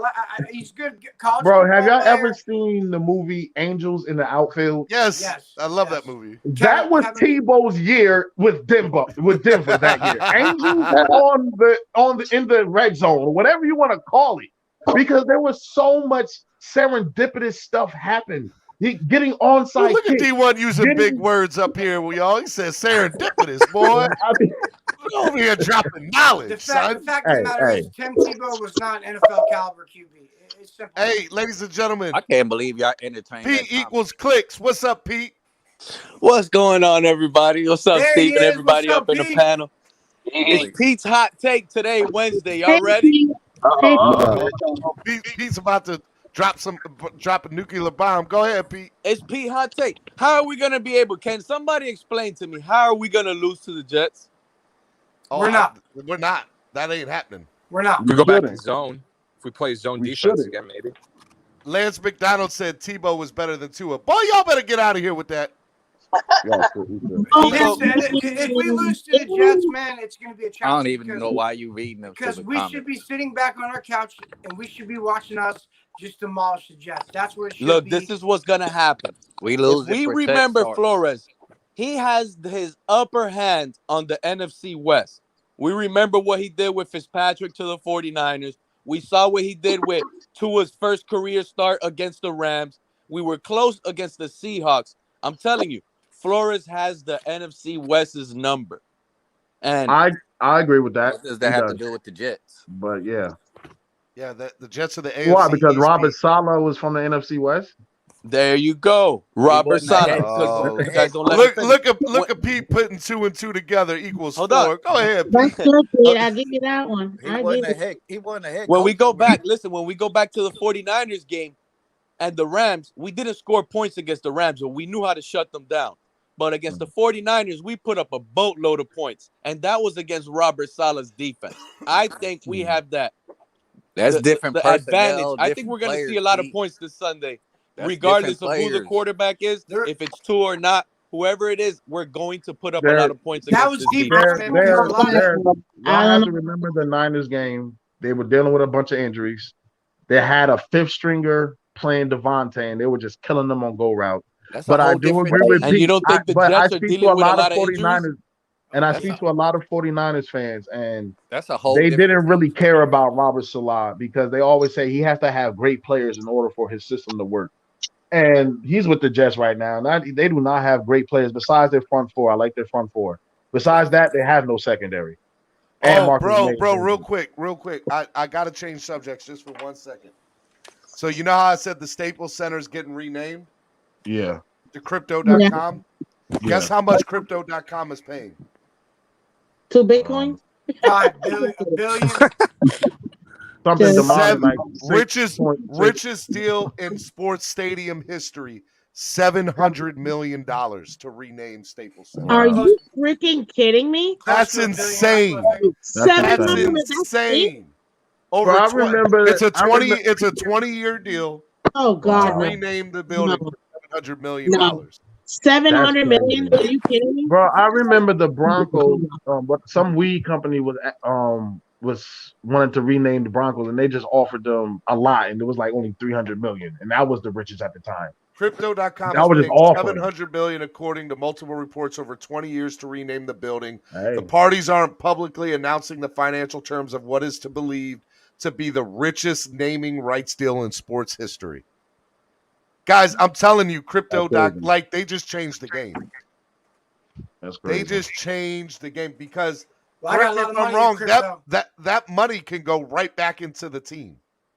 And well, that's what I was going to ask. Where does that money go? How is it going back into the team? I just feel as though it's going to the people that owns the Staples Centers or maybe the land. I mean, it can, but it goes to the overall. But like that can, like, for example, like that's why people want the Orioles, and I just bring them up as an example, to rename Camden Yards, because that money could go back to bidding on more to getting more players. Oh, I don't know. And so that's the I don't know how that works in the NFL. Hard Rock, did they buy? They offered something, right? That's why we named the you know what? that? I was literally thinking, I wonder what the hard. I'm like, so what did right Stephen Ross get for the naming rights of Hard Rock? He definitely got something. And who does it go back? Because that doesn't go back into the Dolphins. All right, except for the so you ready? Side. You ready? Yeah. So we just said $700 million for 20 years, Crypto.com to the Staples Center, right? Can we guess? Can we guess how much it is? Can we guess? Go ahead. August of 2016. Go ahead. August 2016. For 20 years. 150 mil. 150 mil for 20 years. I say 525 million for 20 years. I say 50 450. All right, y'all ready? 50 million. 250 million for what? 18 for 18 years. For 15 years? For 18, but still, for 18 years. Well, like I said, that's crazy, bro. That's nothing. That's nothing compared to what. That's crazy. That's still a lot of money, though. Nah. But is it because the Lakers are the Lakers and the Dolphins are the Dolphins? Yeah, bro. But Hard and Rock, depending on how much. Well, you know how much money it's going to cost to change the name Staples Center. You know, Shaq played there, Kobe played there. I think it's because our deal happened in 2016. They were to revisit that. Yeah.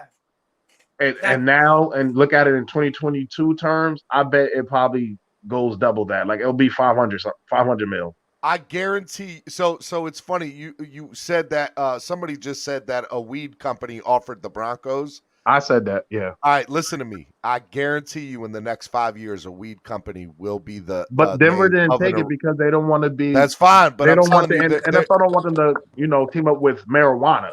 Yeah, so right now, Mile High City. That's what I'm saying. I'm telling you right now, there will be a weed company, the name of some sort of sports arena in the next 5 years. Guaranteed. Yeah. Guaranteed. I mean, it's becoming more legal in more states. So I mean, basically, you get pulled over by the police, they just throw the stuff out anyways. Unless you but it's still not. But it's still frowned upon on the federal Cruz level. Ruiz Yeah, says yeah. Cruz Ruiz says 16.66 million per year. What? Is that what it comes to? That's what Harbaugh gives to the Dolphins or Stephen Ross every year in that deal, 18 years. That's nothing. 700 million is crazy. Nothing. Bruh, we're almost paying that to Devontae, and he only played 5 games. X says they're giving him a Devontae contract. X You says know what? Can anybody explain to me? Because I can't seem to figure it out. Devontae Harbaugh got I can't seem to figure it out. What is wrong with Will Fuller, man? Because Russell Wilson had surgery, came right back. Elijah Mitchell's about to have surgery, supposed to practice tomorrow. What's wrong with Will Fuller? I don't get it. The story out there is that he only came here to play with one particular player, and that player's not here. That's just what I heard in multiple arenas. But it's conspiracy. You know? Val trying to speak its name. Please shall not say Voldemort's name this morning. It kind of makes sense because, I mean, I don't see what's going on. Elijah Mitchell broke his thumb. He's having surgery. He's supposed to practice right after surgery. Russell Wilson's 2 weeks ahead of schedule. He's back. Tua supposedly is playing with a fractured finger. I don't get what Will Fuller's nursing here. I mean, we're paying the guy $15 million. 10 million. 10 million. But still, robbery. What's going on with this guy? I mean, I don't hear about. All I hear every week is just he's inactive. He's inactive. How long are we under contract for our logo? How much is our logo? Because I can't wait to get rid of this one.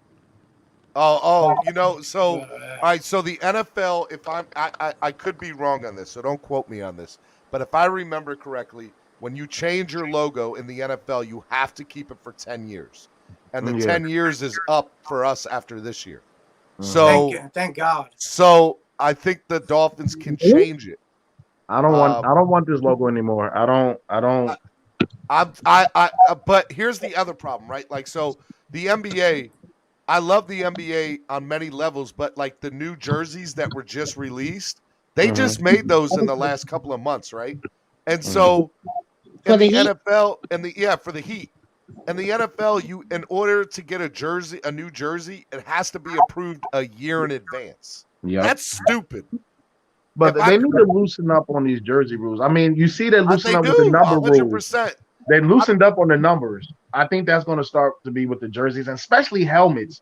Like why can't they do different helmets? Like, it takes even longer for you to change helmets. Could you imagine? Like, I know some people are not going to like this, but I would love it. Could you imagine if the Dolphins got to have vice-colored jerseys and vice-colored helmets, bro?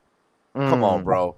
No, that would be fire. No, I'm not saying permanent. I'm saying as an alternate jersey. No, bro, an image. Come on, bro. Bro, those vice colors with like a pine with a tree in the background with a dolphin jumping over in the background. Like you just see him jumping from the water. That could be the logo of the helmet. Leave that for the NFL. Or the extra time. I only buy DWA stuff, but I'm gonna tell you right now, I would be like, Dolphins, take my money. I want to go back to the throwback logo. That is a dope ass logo. I just want to go back. No, but you know what we should have kept though? That navy blue one that we had. If we never wore that. Jolie, I was saying that the other day, Jolie. I want to see a navy blue jersey. Those navy blue jerseys were never worn in a game. They were never worn in a game. That would have been nice, though. That navy blue one's beautiful. But we have to, y'all do know we have one of the deepest, like, uniform selection than a lot of teams. Like, we've had a lot of different colors, a lot of different logos. You know, even throwing the orange jerseys are always my favorite. I wish the throwback orange on the not the color rush orange. I hate the color rush. The color rush orange sucked, but the throwback orange. Exactly. The Ricky Williams orange jersey. The Ricky Williams are fire. Yeah. Well, man, we need to. Our logo that we have now is kind of like sticking to me. I agree. At first, the new logo. I know. At first, we never liked it. Well, at least for me, I didn't like it. But now, as we've had it, it's like it's hitting me. I love it. I always loved the old logo better. But for some reason, this logo has already hit me. I've seen it, and it's in my head already. Yeah, I like the throwback. Hey, give me the throwbacks all day. But if your Dolphin don't have a helmet, you ain't talking to me, bro. But I gotta admit, we need to change. We need to change our logo to some sort of holographic one, like D1s. Every time we play a new one, is a new Bill or Jet or a different team. Because D1s, that should be our logo with a different player laying down. They can't do that, Pete. They can't do that, Pete. We'll be the only team doing that, putting them down like that. That'll be even better. If y'all ever Googled like Miami Dolphin logos and whatever like that from other artists, they make our Dolphin look respectable and formidable at the same time. If you look at some of these people, like this Dolphin now, it just look like, I understand why they did that. It says there's a Dolphin in attack position. That's what they explained. That's what I heard. They said that's why the Dolphin is like that. It's an attack position. So whatever. Okay, you have our logo of a Dolphin in attack position. Do a lot of people know that? Did y'all know that? No, I didn't. Like it kind of looks like it's swimming fast, like it's running away from danger. Fast because it's going to attack from the bottom. It's about to raise up. Did you guys all see the Robert Hunt logo instead of the Dolphin? Yeah, bro, that Robert Hunt logo looks dope as hell, bro. Wait, that Robert Hunt logo looks dope as hell. The elevator. Did you see the elevator that they blasted that picture? Yeah. Yo, the fans called for that. The fans called for that. But even they had the NFL badge logo of him too.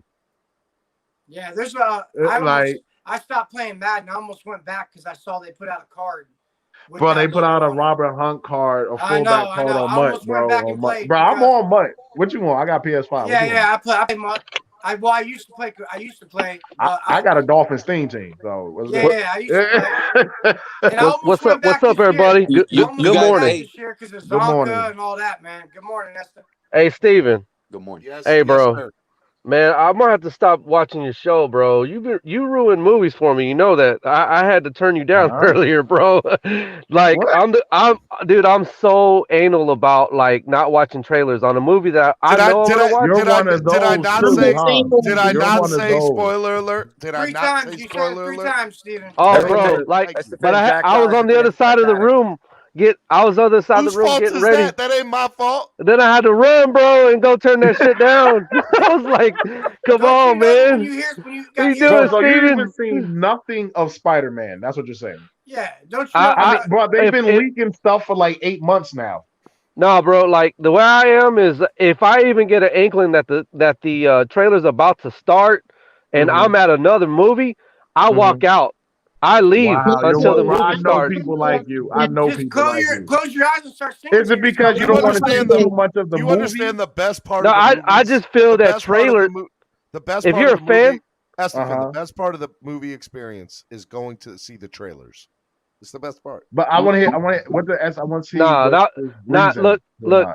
I get it. Like if I go to a movie, right, and I'm there to just see a movie, but trailers come on, and I just so happen to see a trailer, it's unavoidable. But you notice that when trailers first come out, they really don't give you a whole lot. But closer to the movie, bro, they pretty much tell you the whole damn movie, and I don't like that, man. So I try to avoid, and I don't watch enough. I don't watch enough TV to watch. I don't like watching commercials. I don't watch enough TV to see trailers. So basically, Estefan, you just live in a hole, is what you're saying. No, I got a combat for that. So basically, I agree with Estefan. I did that. I agree with Estefan. Some trailers give too much of the movie. By the time it gives too much of the movie. But if it gives too much of the movie, then that means it's not a good movie. Yeah, let me tell you the movie. Like maybe this or that. Nowadays, you get the whole theme of the movie. You know who's good. You know who's bad. Why am I getting paying for this movie? Then that's not a good movie. $5. Then that's how you know it's not going to be a good movie. Did y'all hear about Did y'all hear about the record-breaking movie? I mean, this movie here is breaking records, and it's off the wall. I can't wait. Did you guys hear it? Go ahead, Pete. Let me tell you, Steven. You ready to hear it? Name another. Look, in NFL history, on a play on a screen, name another touchdown on an offensive lineman ever. It has not happened on a screenplay like that. Our offensive lineman is this bad. Listen, our offensive lineman is this bad, and they should be in a movie. Our guys are looking back at the quarterback instead of looking forward to block someone. Did you get us wound up for that? Does anybody know? I kind of tried. I kind of tried. I agree with him. The O-line is the villain. The O-line is the anybody remember antagonist. who Robert Hunt juked because he took his ankles? My God. And that's why I agree with Flores after the press conference when the reporters asked him, so how do you like that Hunt play? And he just there with a straight face, like, yo, it's a penalty. Yeah. Like, yeah, it's a penalty. Well, when it happened, didn't you like the effort and everything and how he tried to dive for a touchdown? When it happened, I was yelling, was that tipped? Was that tipped? Was that tipped? I was yelling, was that tipped? Was that tipped? Bruh, Gaskins, forget about being tipped. I want to know why he was looking back for the ball. That's all I want to know. Why was he turned around being able to catch a ball like that instead of trying to fight somebody in front of him? Exactly. He wasn't worried about the block. He was worried about catching the screen. Oh, I never seen that. Was about to pop out.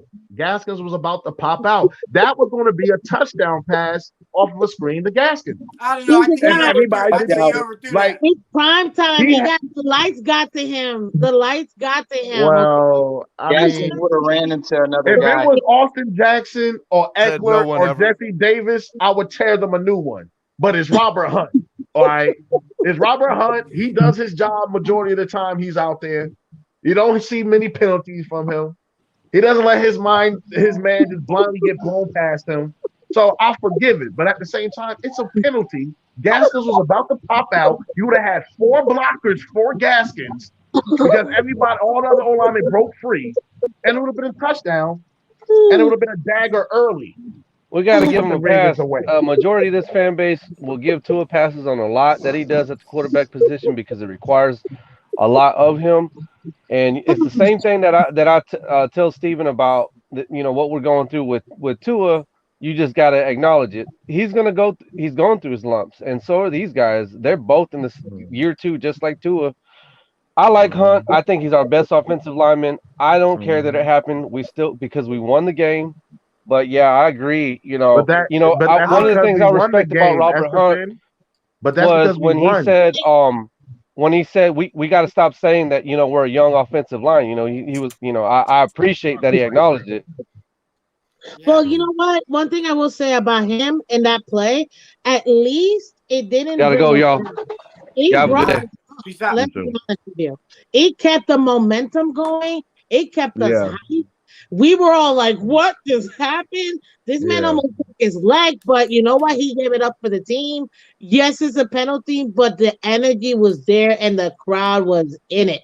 So I think that, even though obviously it was a broken play, it kept that energy for us. And we were able to laugh off about it and then, continue playing well. So there's a thing. It's called momentum. Yeah. And momentum is real. Our whole we had the momentum once Tua got in there. It was over. Our whole bench was hype after that. They went up to Robert Hunt. They were shaking his hand. They were like, "What's up, bro? What's up? What's up?" And they were just so hyped, man. And you saw Christian Wilkins. Everyone out there was dancing. And I'm sitting there I'm sitting there looking like Flo is like, bro. It's a penalty in the red zone. I was more mad. It's a penalty in the red zone. And you have to remember the situation. It was still 6-3. Yeah, I believe it was still 6-3. In the red zone, and we go back. I mean, yeah, it was bad, but I mean, it happened. It happened, and you know what? It worked out for the good. So let's not cry over what I mean, the only thing I could cry about. Go ahead. Said God Soldier says my biggest problem with Tua are his fanboys. It's hard to root for the kid because of that. Don't be mad at Tua because of his fans. Yeah, everybody has fans. I don't understand that statement. Yeah, everybody has fans, man. Rodgers got fanboys. Maybe. This is the thing, because I understand his question, but I not the way he wrote it, but the way I feel is I don't like. Yes. You see, you can't. Hey, D1, you don't want me to do you like that, right? You don't want me to do you like that, right? So don't do that to people when they're talking, bro. Before he cut it off about it. But listen, the thing with Tua is the fan base and everybody is so high on him without the player really showing you anything on the field yet. That's the issue with the fan base. Really, like, it's so hard on Tua, and people love him so much, but yet when he was on the field with us, he hasn't really gave us that true, like, oh my God, this is the guy to really love. There's some fans that love it no matter what, but then there's some fans that want to see it to love it, and that's where I stand. I totally agree, man. I totally agree. I think hey, D1, please play that tracks. Please play. I know. I was gonna let Pete finish because he was upset. I don't know why. Because it's. I said, Lord, let there be a Tua in the building. Please let there be a Tua. A Tagovailoa. With a little Jacoby. The fact of the matter is, I mean, we all want Tua to succeed, but like Pete said, man, there's some people that no matter what Tua does, no matter what he does wrong, they won't acknowledge it. They won't say anything bad about the guy. They have him on a pedestal. Let's be honest, Tua has not shown what we want him to show yet. It just is what it is. Now, he won't show, but listen, he won't show what you want to see until you get him the proper tools around the man. He's still overachieving. He's still overachieving with this crappy O-line. Did people see that chart that was circulating in the Dolphins Twitter yesterday about pressures compared to everybody else in the league? Yeah, how Brissett and Tua is last. Overlook the facts, bro. Exactly. Yeah, I mean, I get what you're saying. Obviously, Tua needs a run game. He needs an offensive line, but that's not every play like that. No. There's quarterbacks that make things happen. It is more. The percentage is higher when the play is like that. When he's not getting any block, and then what you guys don't understand, if you've never played football, so when the O-line finally holds up, your nerves are already shot. There's quarterbacks that can have a bad O-line, have their running back down, and still make plays, man. Name the quarterback. Deshaun Watson. Aaron Rodgers. Deshaun Watson. Quarterback. Aaron Rodgers. Deshaun Watson. Aaron Rodgers. I mean, you can name who else? Name some more. So you're naming Tom, people that are in their 10th year and their 5th year. Yeah, come on, Watson's not in his 10th year. You're naming people that are in their 10th year and Russell Wilson, year. Man. I mean, he got shut out there. Russell Wilson. Listen, I can name Joe Burrow. Joe Burrow with one of the worst offensive linemen looked like he was good. Justin Herbert with one of the worst offensive linemen. He looked really good. Plenty of quarterbacks with bad offensive linemen. Even Jalen Hurts. How has Herbert looked the last month, Pete? Was their line as bad as ours? How's Herbert looked the last month? Look, the thing is, you guys love to defend Tua, and I can't stand the way you do. No, pressures are part of football. Listen, a quarterback is going to face pressure a lot of times in the game. Okay, that's not. It doesn't matter about pressure. It's how you fight the pressure. It's how you beat the pressure. When you got pressure, you check it down. You throw it down. Evaded sack rate. So that doesn't support your argument right now. The big problem D1 with Tua fans is they want everything perfect surrounded by Tua. They want. No, we don't. Here we go with somebody using the P word again. Joker. Here goes somebody using the P word. I don't want everything perfect around Tua. Not the worst in the league. I just don't want dead last. Them for 8 days. Can it be mediocre? They want Emmitt Smith back there running. No, we don't. I just don't want a dead last. I don't want a dead last run game. You're not going to have everything perfect in the NFL. It just is what it is. Bro, I don't. That's facts. And every year there's going to be injuries to guys. Y'all need to stop using the P word. What's the P word? What's the P word? Perfect. The P word is perfect, Steven. That's what they always say back. All these little so-called quote-unquote Tua haters or whatever you want to call them, they always say everything has to be perfect for Tua. No, I don't want the O-line to be perfect. Hold on, 1, 2, 3, 4. Go ahead. Hold on. Go ahead, D1. I don't need the O-line to be perfect, Epps. I don't want 3 O-linemen dead tied for first in pressures. I don't want to have a perfect run game, Epps. I just don't want to be dead last rushing the ball. Okay. Hallelujah. Okay. I get what you're saying. Go ahead. All right. 1, 2, 3, 4. Go ahead. 1, 2, 3, 4. Then Jolie. No, and first of all, I'm not a Tua hater. You know that, D1. I give Tua credit when he needs credit and when he deserves credit. But Tua, the big, huge Tua fans, the reason I say perfect. That's is D1. That's what they want, man. They all want everything perfect. I am a and Tua if it's not supporter. perfect, they say, well, the O-line screwed up. Well, the running back screwed up. Well, our receivers are hurt. Well, it's not, hey, Tua didn't perform. Sometimes it just is that. Tua did not perform. Well, Mike Epps, if it's not hate from you, let this be hate week from Pete, because I'll tell you right now, Tua is not going to be a Dolphin next year, buddy. We already know that. This is just an audition for the rest of season, and we're just going to see what we like, what Watson like. He's sitting in the panel. Deshaun Watson is watching us with Stephen Ross right now and laughing, by the way. And they're waiting for next year to give us a good offensive lineman with a real quarterback. Yo, come on, man. I love it, bro. I love it. I'm here for it. It's my show. You can play it whenever you want, D1. Go ahead. I love it. He's going to play it every time he hears Deshaun Watson, nigga. That boy's a Dolphin. Like I said, D1, Tua showed a couple things in that Ravens game that impressed me. And he had never done that prior to that.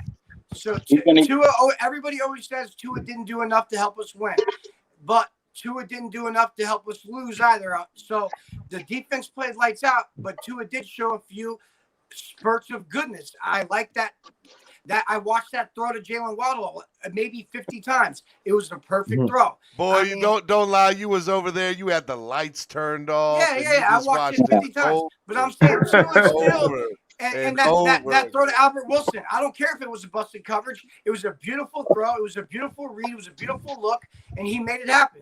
Tua showed some good things against Baltimore. But let's not get into our heads here and say Tua is elite all of a sudden because our defense played lights out, man. Why are you going to the extreme by using the word elite? Right. Our defense played elite. Why people ever keep it in context? Hey, but to Tua's defense, this is what I don't like either. I heard a lot of people, even Tua haters, say, "Oh, Albert Wilson was wide open."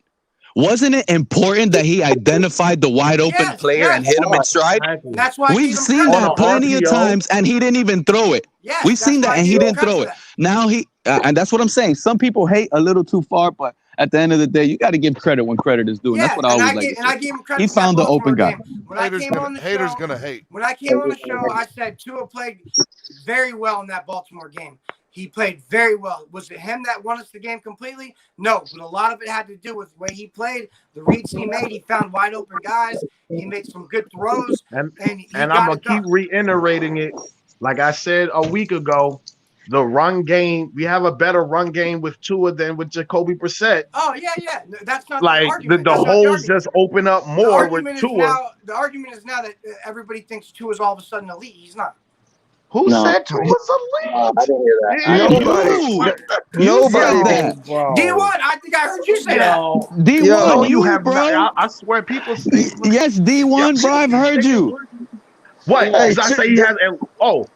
Because he has elite pocket awareness. So you made a song about him. That's what I love. Pocket awareness. Elite pocket awareness. You have to tell me. But I'm saying he's elite as a quarterback because he has a certain attribute where he's above average. Elite or not? You don't think Tua's elite? Hell no. There's nothing about Tua elite. Yes or no? That guy's not even a captain. Yes or no? Do you think Tua's elite? Tua is not elite. But damn it, if he's not damn near close to elite in the fourth quarter. Do you think he's a top 20 quarterback in the league? No. First of all, he's not in the fourth quarter, D1, and let me explain why. Because why did he take him to the fourth quarter? And two, him being elite would have actually won us the Jacksonville game or won us or won us. But Jolie, we did win us the Jacksonville game. So we couldn't go into overtime. We couldn't go into overtime. The defense was the last thing on the field. The defense when I gave up the field goal. In elite but how many times has the defense won us the game this year? When is Tua gonna do it? When is Tua gonna bail out this defense, bro? When? Hopefully, me when Tua bail out the defense. Hopefully, Tua plays a good 4 quarters against the Jets, because if he doesn't, D1, I want to get you up here and I want to hear you say. I want to hear you say he played solid. Why does he have to play a great 4 quarters? Because I want to see him play 4 solid quarters in the NFL. So you're telling me that no quarterback make mistakes, especially a young quarterback. I want to see him play good. But here's the thing. Hold on, Herbert. Hold on, D1. Okay, go ahead. Here's the problem. 1, 2, 3, 4 ups with your request. Because if he throws an interception, you're going to be the first one to say he didn't play a good 4 quarters. You haven't heard me say about the throw he threw to nobody in the Baltimore game. But he's supposed to have a lead decision maker. So you never heard me say anything about that. Bad throws happen. I understand that. You didn't get kicked out, Alberto. You have not seen Tua play 4 solid quarters in the NFL. I haven't. You haven't. We got to get ready to go. Then I don't know what's going on. I need I know Quint Riddle dropped $2 donation for the link.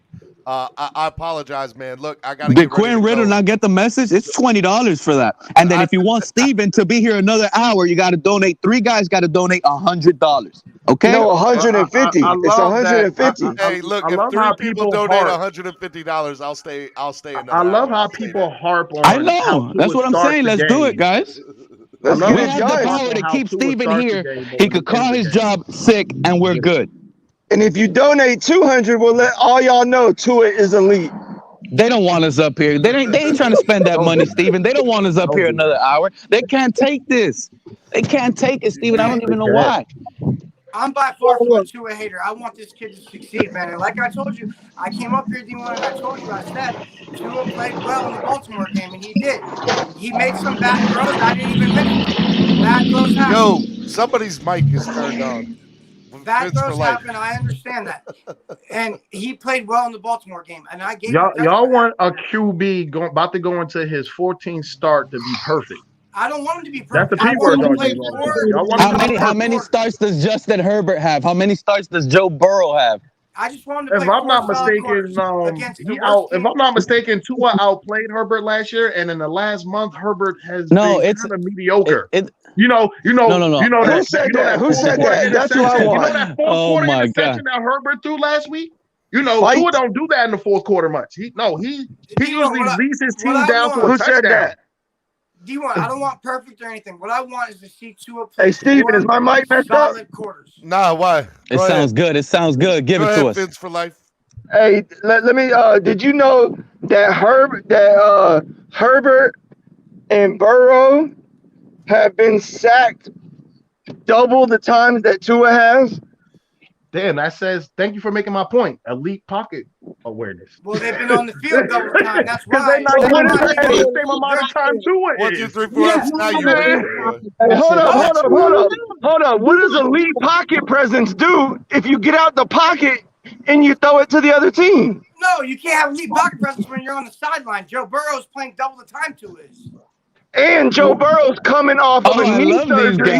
I love these guys. Making my point for me. Joe Burrow is coming off a knee surgery, and y'all keep talking about Tua's hip, so I don't want to hear that neither. My thing is, go ahead, keep going. No, because I don't want to hurt him. I don't want to close the channel down today. Yeah, you know what the thing is? Where are your buddies at, D1? D1, where are your buddies at? Where are all the Tuaneers at? Because it sounds like me, Vince for life, Epps, we're about to jump you Tuaneers, bro. Yo, where was this an hour ago? This is the first time I got a little squad with me now.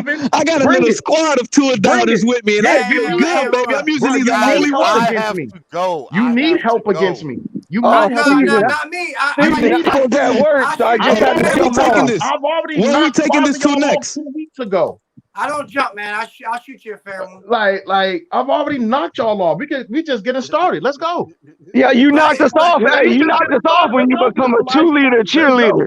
That's when you knocked us off. Tuaneers don't run out of content to defend Tua already. Because I'm bringing facts, you get offended. You get offended by facts. Nah, You and your There's feelings only over 3 facts? facts on Tua. D1, don't talk about in your feelings. Tua is fourth in the league in the fourth quarter. D1, don't talk about in your Listen, feelings. D1. because Hey, Pete, if I'm about to anybody's in destroy their Pete. feelings, I'm about to destroy. Hold on, I'm about to destroy if Pete. anybody's Your in their fantasy, feelings, you it's do you about fantasy, Tua, right, man. Pete?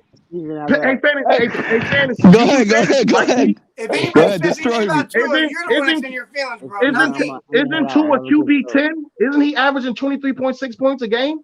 Man, Isn't he QB 10 in the league? For you You fantasy think guys? he's a top 10 quarterback? Bro, are you deaf? Is that I what asked you just said? fantasy guys. Are you deaf now? You're deaf now. No, I'm at work. I'm at work. Well, you need to. And I If you're thought I deaf heard at work, then I somebody need you say to that leave Tua then is if the you're top deaf 10. at work. I about fell off my piece of equipment. You said I mean, when you say a lot of dumb stuff, you're gonna fall off stuff. If you say a lot of dumb shit. stuff, a lot of dumb stuff happens to you. Hey, what can I say? I'm gonna be on some light duty now. The fact Once again, for fantasy guys, No, this is D1. Awareness. I got facts. D1. You This want me to is pull it up for y'all? no. Want I me to got pull it up facts. for y'all? D1. I got facts. All right. I got real facts on your boy Tua. Your boy Tua got cheated on by the owner. All right. Your boy got cheated on. He went on a date with his new quarterback, and that lets you know what quarterback the team wants. He wasn't sitting with Tua and his family before the trade deadline. He was sitting with his future. Nah, let's see if we can't get 10 minutes. 10 minutes. You ain't got enough time in the world to make your fact. I got enough time. Here's another. Hey, hold on, Steven. Here's another fact. Here's another fact. Y'all. His arm. No, you're not destroying anything. You're making yourself look bad. All y'all do is You're a y'all have nothing Tuaneer. positive to say. Here you go. Hey, what have I said about TD? Hey, hold on, D1. What have I said about TD? Everybody that goes at TD, y'all need to stop. Why do I say this? Because the Dolphins don't give him nothing to be really passionate about. Nothing is hard to be positive on this team, bro. What do they give you? So we can wake up and be like, wow, let's talk positive every day on our fins. We're 3-7. What is there? So we have to dog them. So I always talk about positivity and never bring up Hey, Pete, you ain't got to worry, bro. We got the 10th best quarterback in the league, man. See, here you go. According to Making up D1, lies right? to try to insult me, everybody. Everybody heard me say in fantasy, but he got to make up lies. At least give me with facts, bro. Don't misquote I'm me. not. At least I give don't me never with facts. misquote you, bro. I don't never misquote you, and I haven't offended you either. All I'm saying is, when anybody mentions anything bad about Tua, what he does bad in any way, you get in your feelings. Don't say I get in my feelings. I don't get in my feelings. Yes, I don't you get in my do, feelings. man. Hey. I believe if you're going to back the player, this is how he argues. You know this is how he argues. I know he gets in his feelings. I'm telling you. No, that's He's not all in my feelings, man. If you're Play going the to song, be D1. negative, Play a song on your own It's tape. all love. It's all Yeah, it's all love. It's It's pro all and love, con. man. If you What's say your something three? negative, We've I'm been going to over say this something multiple positive. times. People have to be able to criticize Tua without D1 playing the song or him saying, "Oh, let me bring the facts." I don't play the song all the time. When y'all talk some dumb stuff, I'm going to play it. Oh, Tua, man, you don't ever want to take. You should play it every time you say Tua. Yeah, I mean, I can. I can say something every time y'all say something that's wrong about Tua. Play the song for me. Play the song for me. I want Top 10. Just let it wash over down you. Just let it wash over you. It doesn't hurt me, man. Let it wash over you. Hey, listen, it doesn't hurt me because I want Tua to succeed, man. And I call out when Tua does good. You see how passionate he says that. And I call out when he does bad, man. All But I'm listen, saying is, I never heard I have no problem, bro. Hey, I take the hold negative. on. I've been very quiet. I've been very quiet about the win because we won last week. No, I've been very quiet about the win on Tua. But check this out. Tua went to the red zone 4 times last week, scored only 1 time right out of the red zone. And we only scored 15 points on offense. So that was it. You think we're going to win games with Tua scoring 15 points offensively? Hey, Pete, I got you. Listen, when we got down there. Yo, hold up. Every time Jacoby Brissett is playing quarterback, all I hear is trash. And all these little things on YouTube, trash. He's trash. Soon as Tua gets in the game, in the first 2 drives, he couldn't even hit a damn pond with a little rock. Man is coming Everybody says with a fractured finger. I got you. Listen. Everybody says, "Oh, it's the offensive line." Now, when our backup's in, I don't hear nothing about the offensive line. You know what I'm saying? When Brissett's at quarterback, it's always Brissett's trash. His release is too slow. Yada yada yada. I don't know who you're around then, but I've always critiqued the O-line even when Jacoby is in. Yeah, I that's critique them Let me whenever get they're in. It don't matter what quarterback they do it for. One more thing and I'm out. One more thing and I'm out. Yo, you talk about the fourth quarter.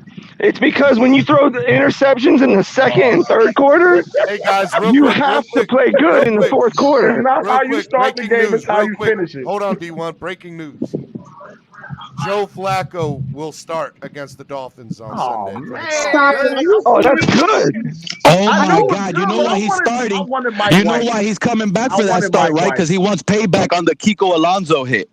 Yo, we're gonna murder him. We already beat him already. The thing is, bro, you see what I'm talking about, bro? Now I feel like we're gonna lose this game, man. I got no faith with this guy Tua as our leader, bro. Nah, man. You know what? This guy Tua, he's on a really short leash. If he throws an interception, you got to take him out. That's it, man. That's it. Hey, Cruz, don't type it, man. Come up and say it to me, bro. Hey, Steve, I love y'all, man. The panel, I love y'all. Y'all have a great day. I gotta get back at it. Likewise, man. Likewise. Don't fall off the machine again. Don't fall off the machine again. Hey, Cruz, don't type it, man. Don't say it to me, bro. Don't shoot me to a stats no more. I'll be straight. You got the link, I'm giving you two effects. Hey, Epps, look at me. Look at me. Facts. Look at me. All right, peace out, y'all. Don't let these people all right, get for life. my guy. You're my boy. Ain't nobody gonna mess with you except for me. All right. No, I know. Listen, man. I got no problems with D1 anybody. I love everybody. I'm just saying that I think D1's a little bit. He doesn't want to take criticism on Tua ever. It's always the O-line. I do take criticism. Don't always put out negative. So I'll be say something bad about Tua, and I'll say something good about Tua. All right, I got a question for you, D1. Wait, Pete. Let him. Go ahead, D1. Go ahead, D1. Say something bad about Tua. It's easy to say something bad about Tua. I don't like how he stays on a certain read for too long. Okay. All right, say something good about Tua once. He made a wonderful throw against Jalen Waddle on the ball. That's bull. No, I'm not accepting that, Steven. That's just a play. I said something that is every game that is Tua. I'm not accepting that. I need another one. 1, 2, 3, 4. You got to do something else. He looks really good on the sidelines when he's injured. See, now he's being Let me tag in. They can't do it.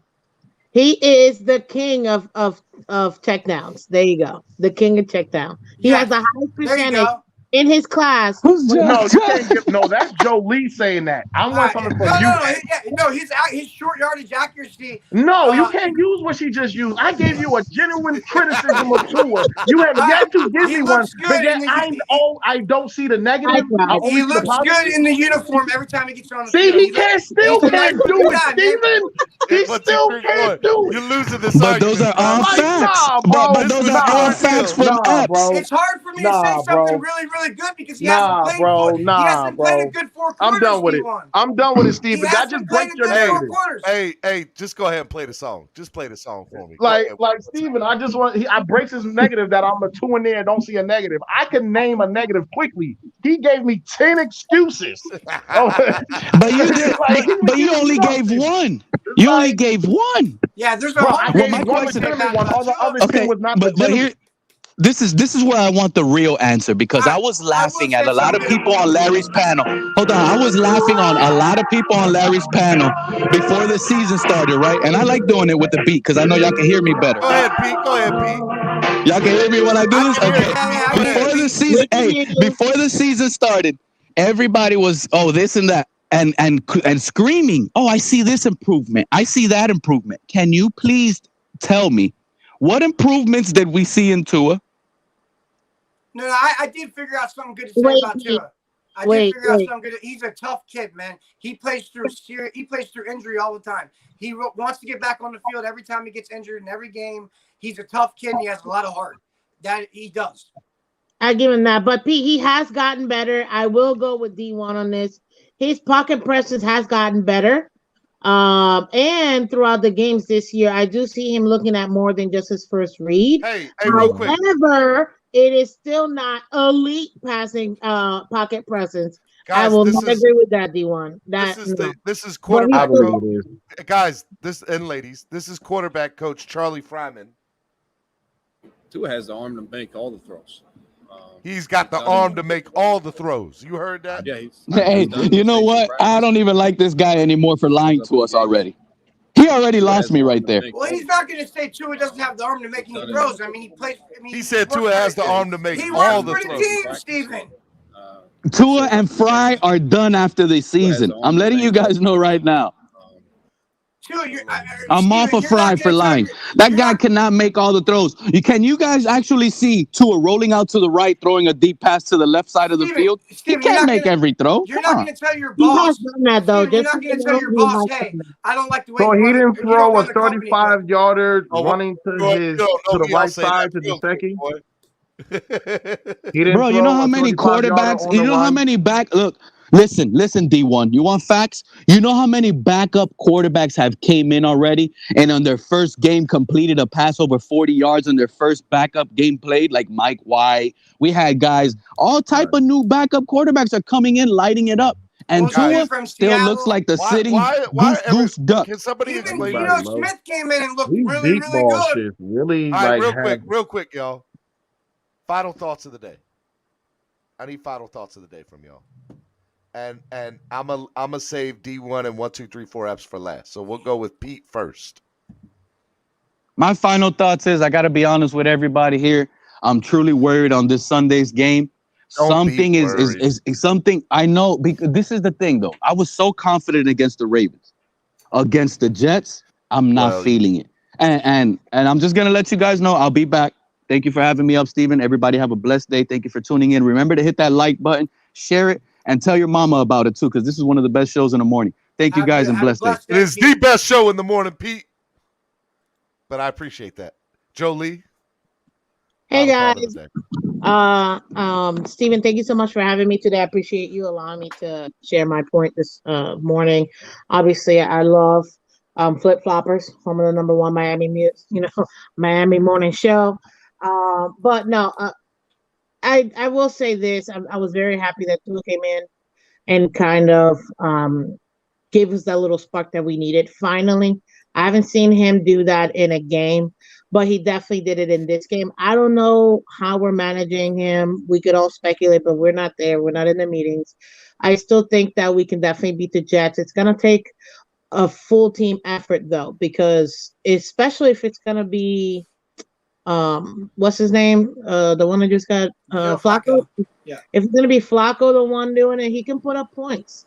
So I know that their O-line is also a little bit young, but they have a decent O-line, and we're gonna have to put up points. My issue is I'm not worried about the defense. I'm more worried about us being able to put up points, because 15 points is not going to cut it.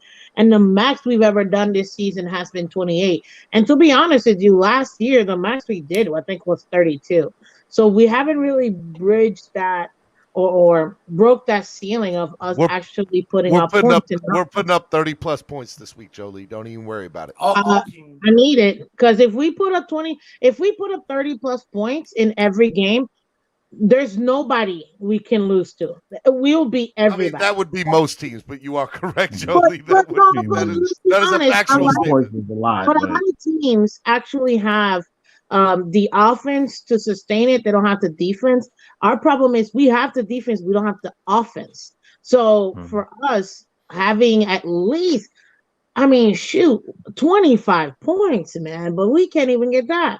So no, I'm more worried about the offense being able to put up points, but I do think we can definitely come up with this W, and that'll be one more game towards the playoffs. That's all I'm going to say. Playoffs. Thank you guys. I appreciate you for listening to me and letting me allow to share my points. I know I'm one of the few ladies, but I do appreciate it. Epps, thank you so much for being awesome.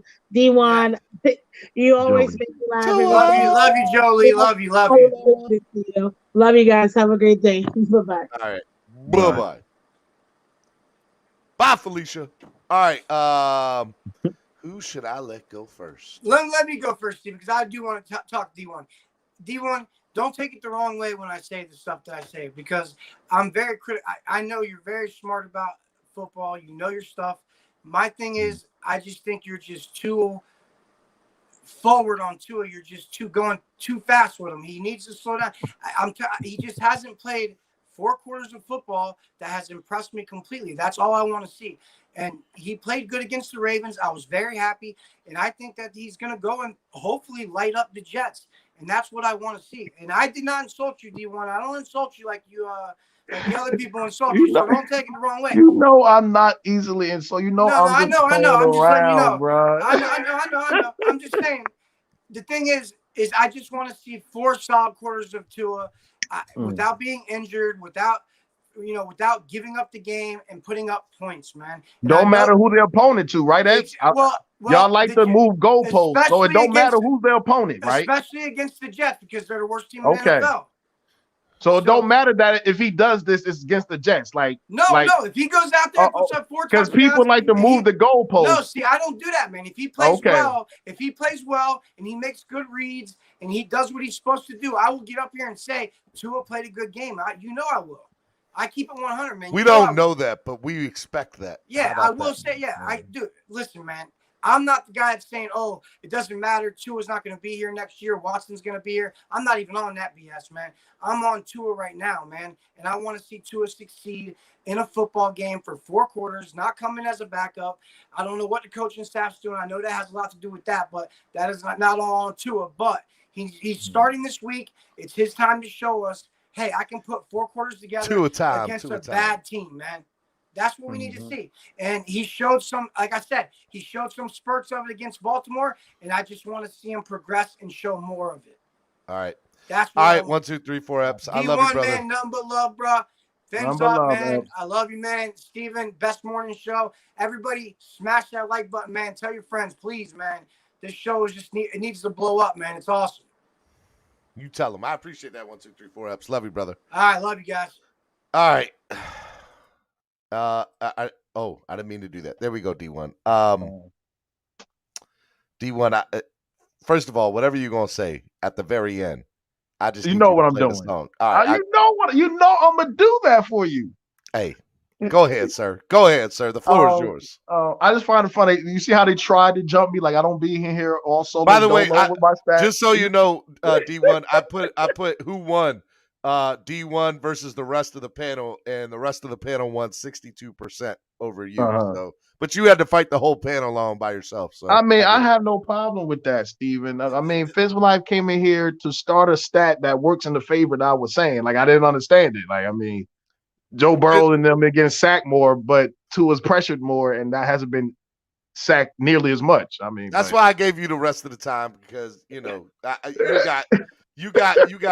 got gunned down, boy. They got you. They got you. They try to come out, but it's all cool. It's all love. I mean, I've realized within the last 3 weeks that I've become the Tua Nears people's champ, and I'll accept that role, with no problem, with all the responsibility.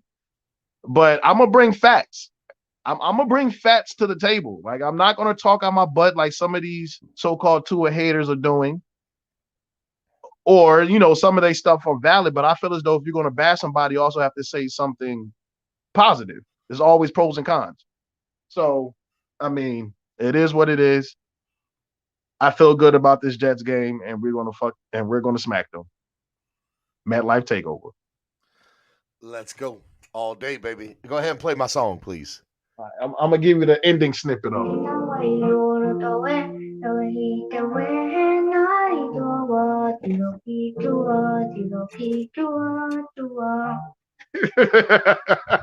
No, I need to hear the Tua. That's what I need. Oh, you want the high note where he's coming from his soul saying Tua. Yes, that's what I need. Lord, we come for you today with this here Tua. I need the church and the rest of the church to say amen. Can I get an amen? Hey, D1, you're on mute still. You're on mute, D1. I got you. Lord, let there be a Tua in the building. Let this man win a football game for 4 quarters to let 1, 2, 3, 4 Eps know that he is the savior of this football team. Can I get an amen? Can I get an amen? Amen. I love you, brother. Be good, man. Love you too, bro. What? Oh man, yo, I'm telling y'all, I do have a good time doing this show. I do have a good time doing the show. Pete says Tua guys don't bring facts where they running now. Lost the content for 2 years is limited like his arm. Yeah, y'all doing the most. Y'all are doing the most. I love it. Big Drip said, "Bring it from the soul." Hallelujah. Jolie said, "Amen." All right, hey, look. Had a great time this morning. Hope y'all had a good time. Hope y'all enjoyed the content. Tomorrow, we are doing traditional Throwback Thursday. Jets versus Dolphins. Going to talk about the all-time games, Jets, Dolphins, and we're going to go through it. We're going to talk about it, and we're going to have a good time doing it. So that'll be the show tomorrow right here. Clap Blockers, Miami fans, #1 morning show, live every weekday, starting at 8 a.m. most mornings. I try to get up earlier. It's tough some mornings. I stay for real. I have not recovered yet from everything. All right. So Hilberto's got a question. Let me answer that real quick. Love the show. Can't wait till Sunday. Why isn't Solo D making music? Solo D, I don't want to speak for Solo, but y'all have to realize what Solo does. So Solo is a full-time real estate investor, property manager. He does a million things. He's got a lot of hats. What y'all don't realize is when Solo D makes music, he doesn't do it half you know what. He goes into a professional recording studio, pays like $150 every time for that. It costs money for Solo to make the songs that he makes at the level that he makes it. Back in the day, he just did it on a microphone inside his house, and that's how he did it. Now he goes and gets everything professionally mixed. It costs a lot of money. Think about it. 19 games a year, 18 games, 17 games a year times 150 just to make a song. That's it. You're not getting nothing else from that. And look, it's a lot of money for what Solo does. So look, I'm gonna say this, man. Solo does a lot. He's been doing it for over 10 years. He decided that at this moment, it's tough for him to make a song every week. It's tough for him to make a song every week. He won't say that, but it is. And so, look, he's got a couple in the bag. He's not done making music. He can't do it every week no more. The man did it every week for 10 plus years, 11 years. And the moment he stopped doing it every week, everybody got y'all leave my man alone. He's the man. All right. And he has lost more money than he's ever gained selling DWA merchandise between traveling, between studio time, all that. So look, man, just support the homie. And that's why I say when you guys donate to the channel, like I've lost more money than I've ever gained from donations in a million years. I'm in the red. Between trips, between the stuff that I put in, I want to put on good content for you guys. And in order to be able to do that, when you guys donate to the channel, it goes a long way. So donate to the channel. It's a big help when you guys donate. And so, it doesn't go unnoticed. I don't care if it's $1. It goes a long way.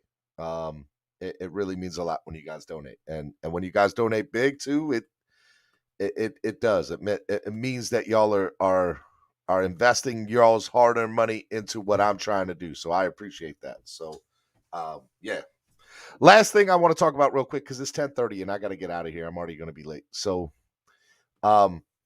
look, I don't get controversial on my show, or I don't get political on my show. Okay. But I do. When there's something that speaks to me, I will speak what's on my mind. Not all of you will agree with me. Some of you might disagree, and that's fine too. But when I feel like something's important to me, and I feel like I feel like I have a platform to say something, so I'm going to say it. So there's a new show on Netflix called Colin in Black and White. It's about Colin Kaepernick's childhood growing up. And I know he's very controversial. I know you either love the man or you hate him. There's no in between with him. But I would really want you to I really would want you to watch that show. I really think that whether you like him or you hate him, I invite you to watch that show because it spoke to me in a lot of ways. I'm in an interracial marriage myself, and that show brought up a lot of emotion for me. And I invite you to watch that show. It's an amazing show, in my opinion. There were some things I disagreed with in the show, but it's okay to disagree with a couple of things here and there and still like an overall content, right? And I understand that the source that it's coming from with them is can be controversial, but I invite you to watch that show. It's on Netflix. It's called Colin in Black and White, and it's a really good show. And yeah, I would love to know your thoughts. If you want to interact with me about that show on Twitter or Instagram, follow me down below at Stephen D SKPL. I'd love to talk to you, and yeah, and just get your thoughts of what that show meant to you and you guys watching it. So watch it. It's a great show. Even if you're not a Colin Kaepernick fan, I still invite you to watch it. And just give it. Please give it 2 episodes. Give it 2 episodes. And yeah, so that's what I'll say. That's what I'll say about it. I know a lot of y'all might not like that, but I hope y'all at least take it for what it's worth and at least say, you know what, Steven told me to give the show a shot. I'm gonna give the show a shot. So go watch the show. And like, I don't got nothing to gain from it. I just feel like it spoke to me. And I, you know, if you guys watch my show every day, I want you to know if something affects me in a positive way or a negative way, because y'all are my family too. Finn's family. So yeah, man. Let's go. Watch the show. Hey guys, tomorrow morning, make sure you guys are here. Throwback Thursday. We're gonna have a good time. All right, I love you all. Peace. Be good. This is one of those moments I wish I had the Tua song. Tua, Tua, Tua, Tua. I'm not going to sing. I'm not going to do that to y'all. Y'all be good. Peace.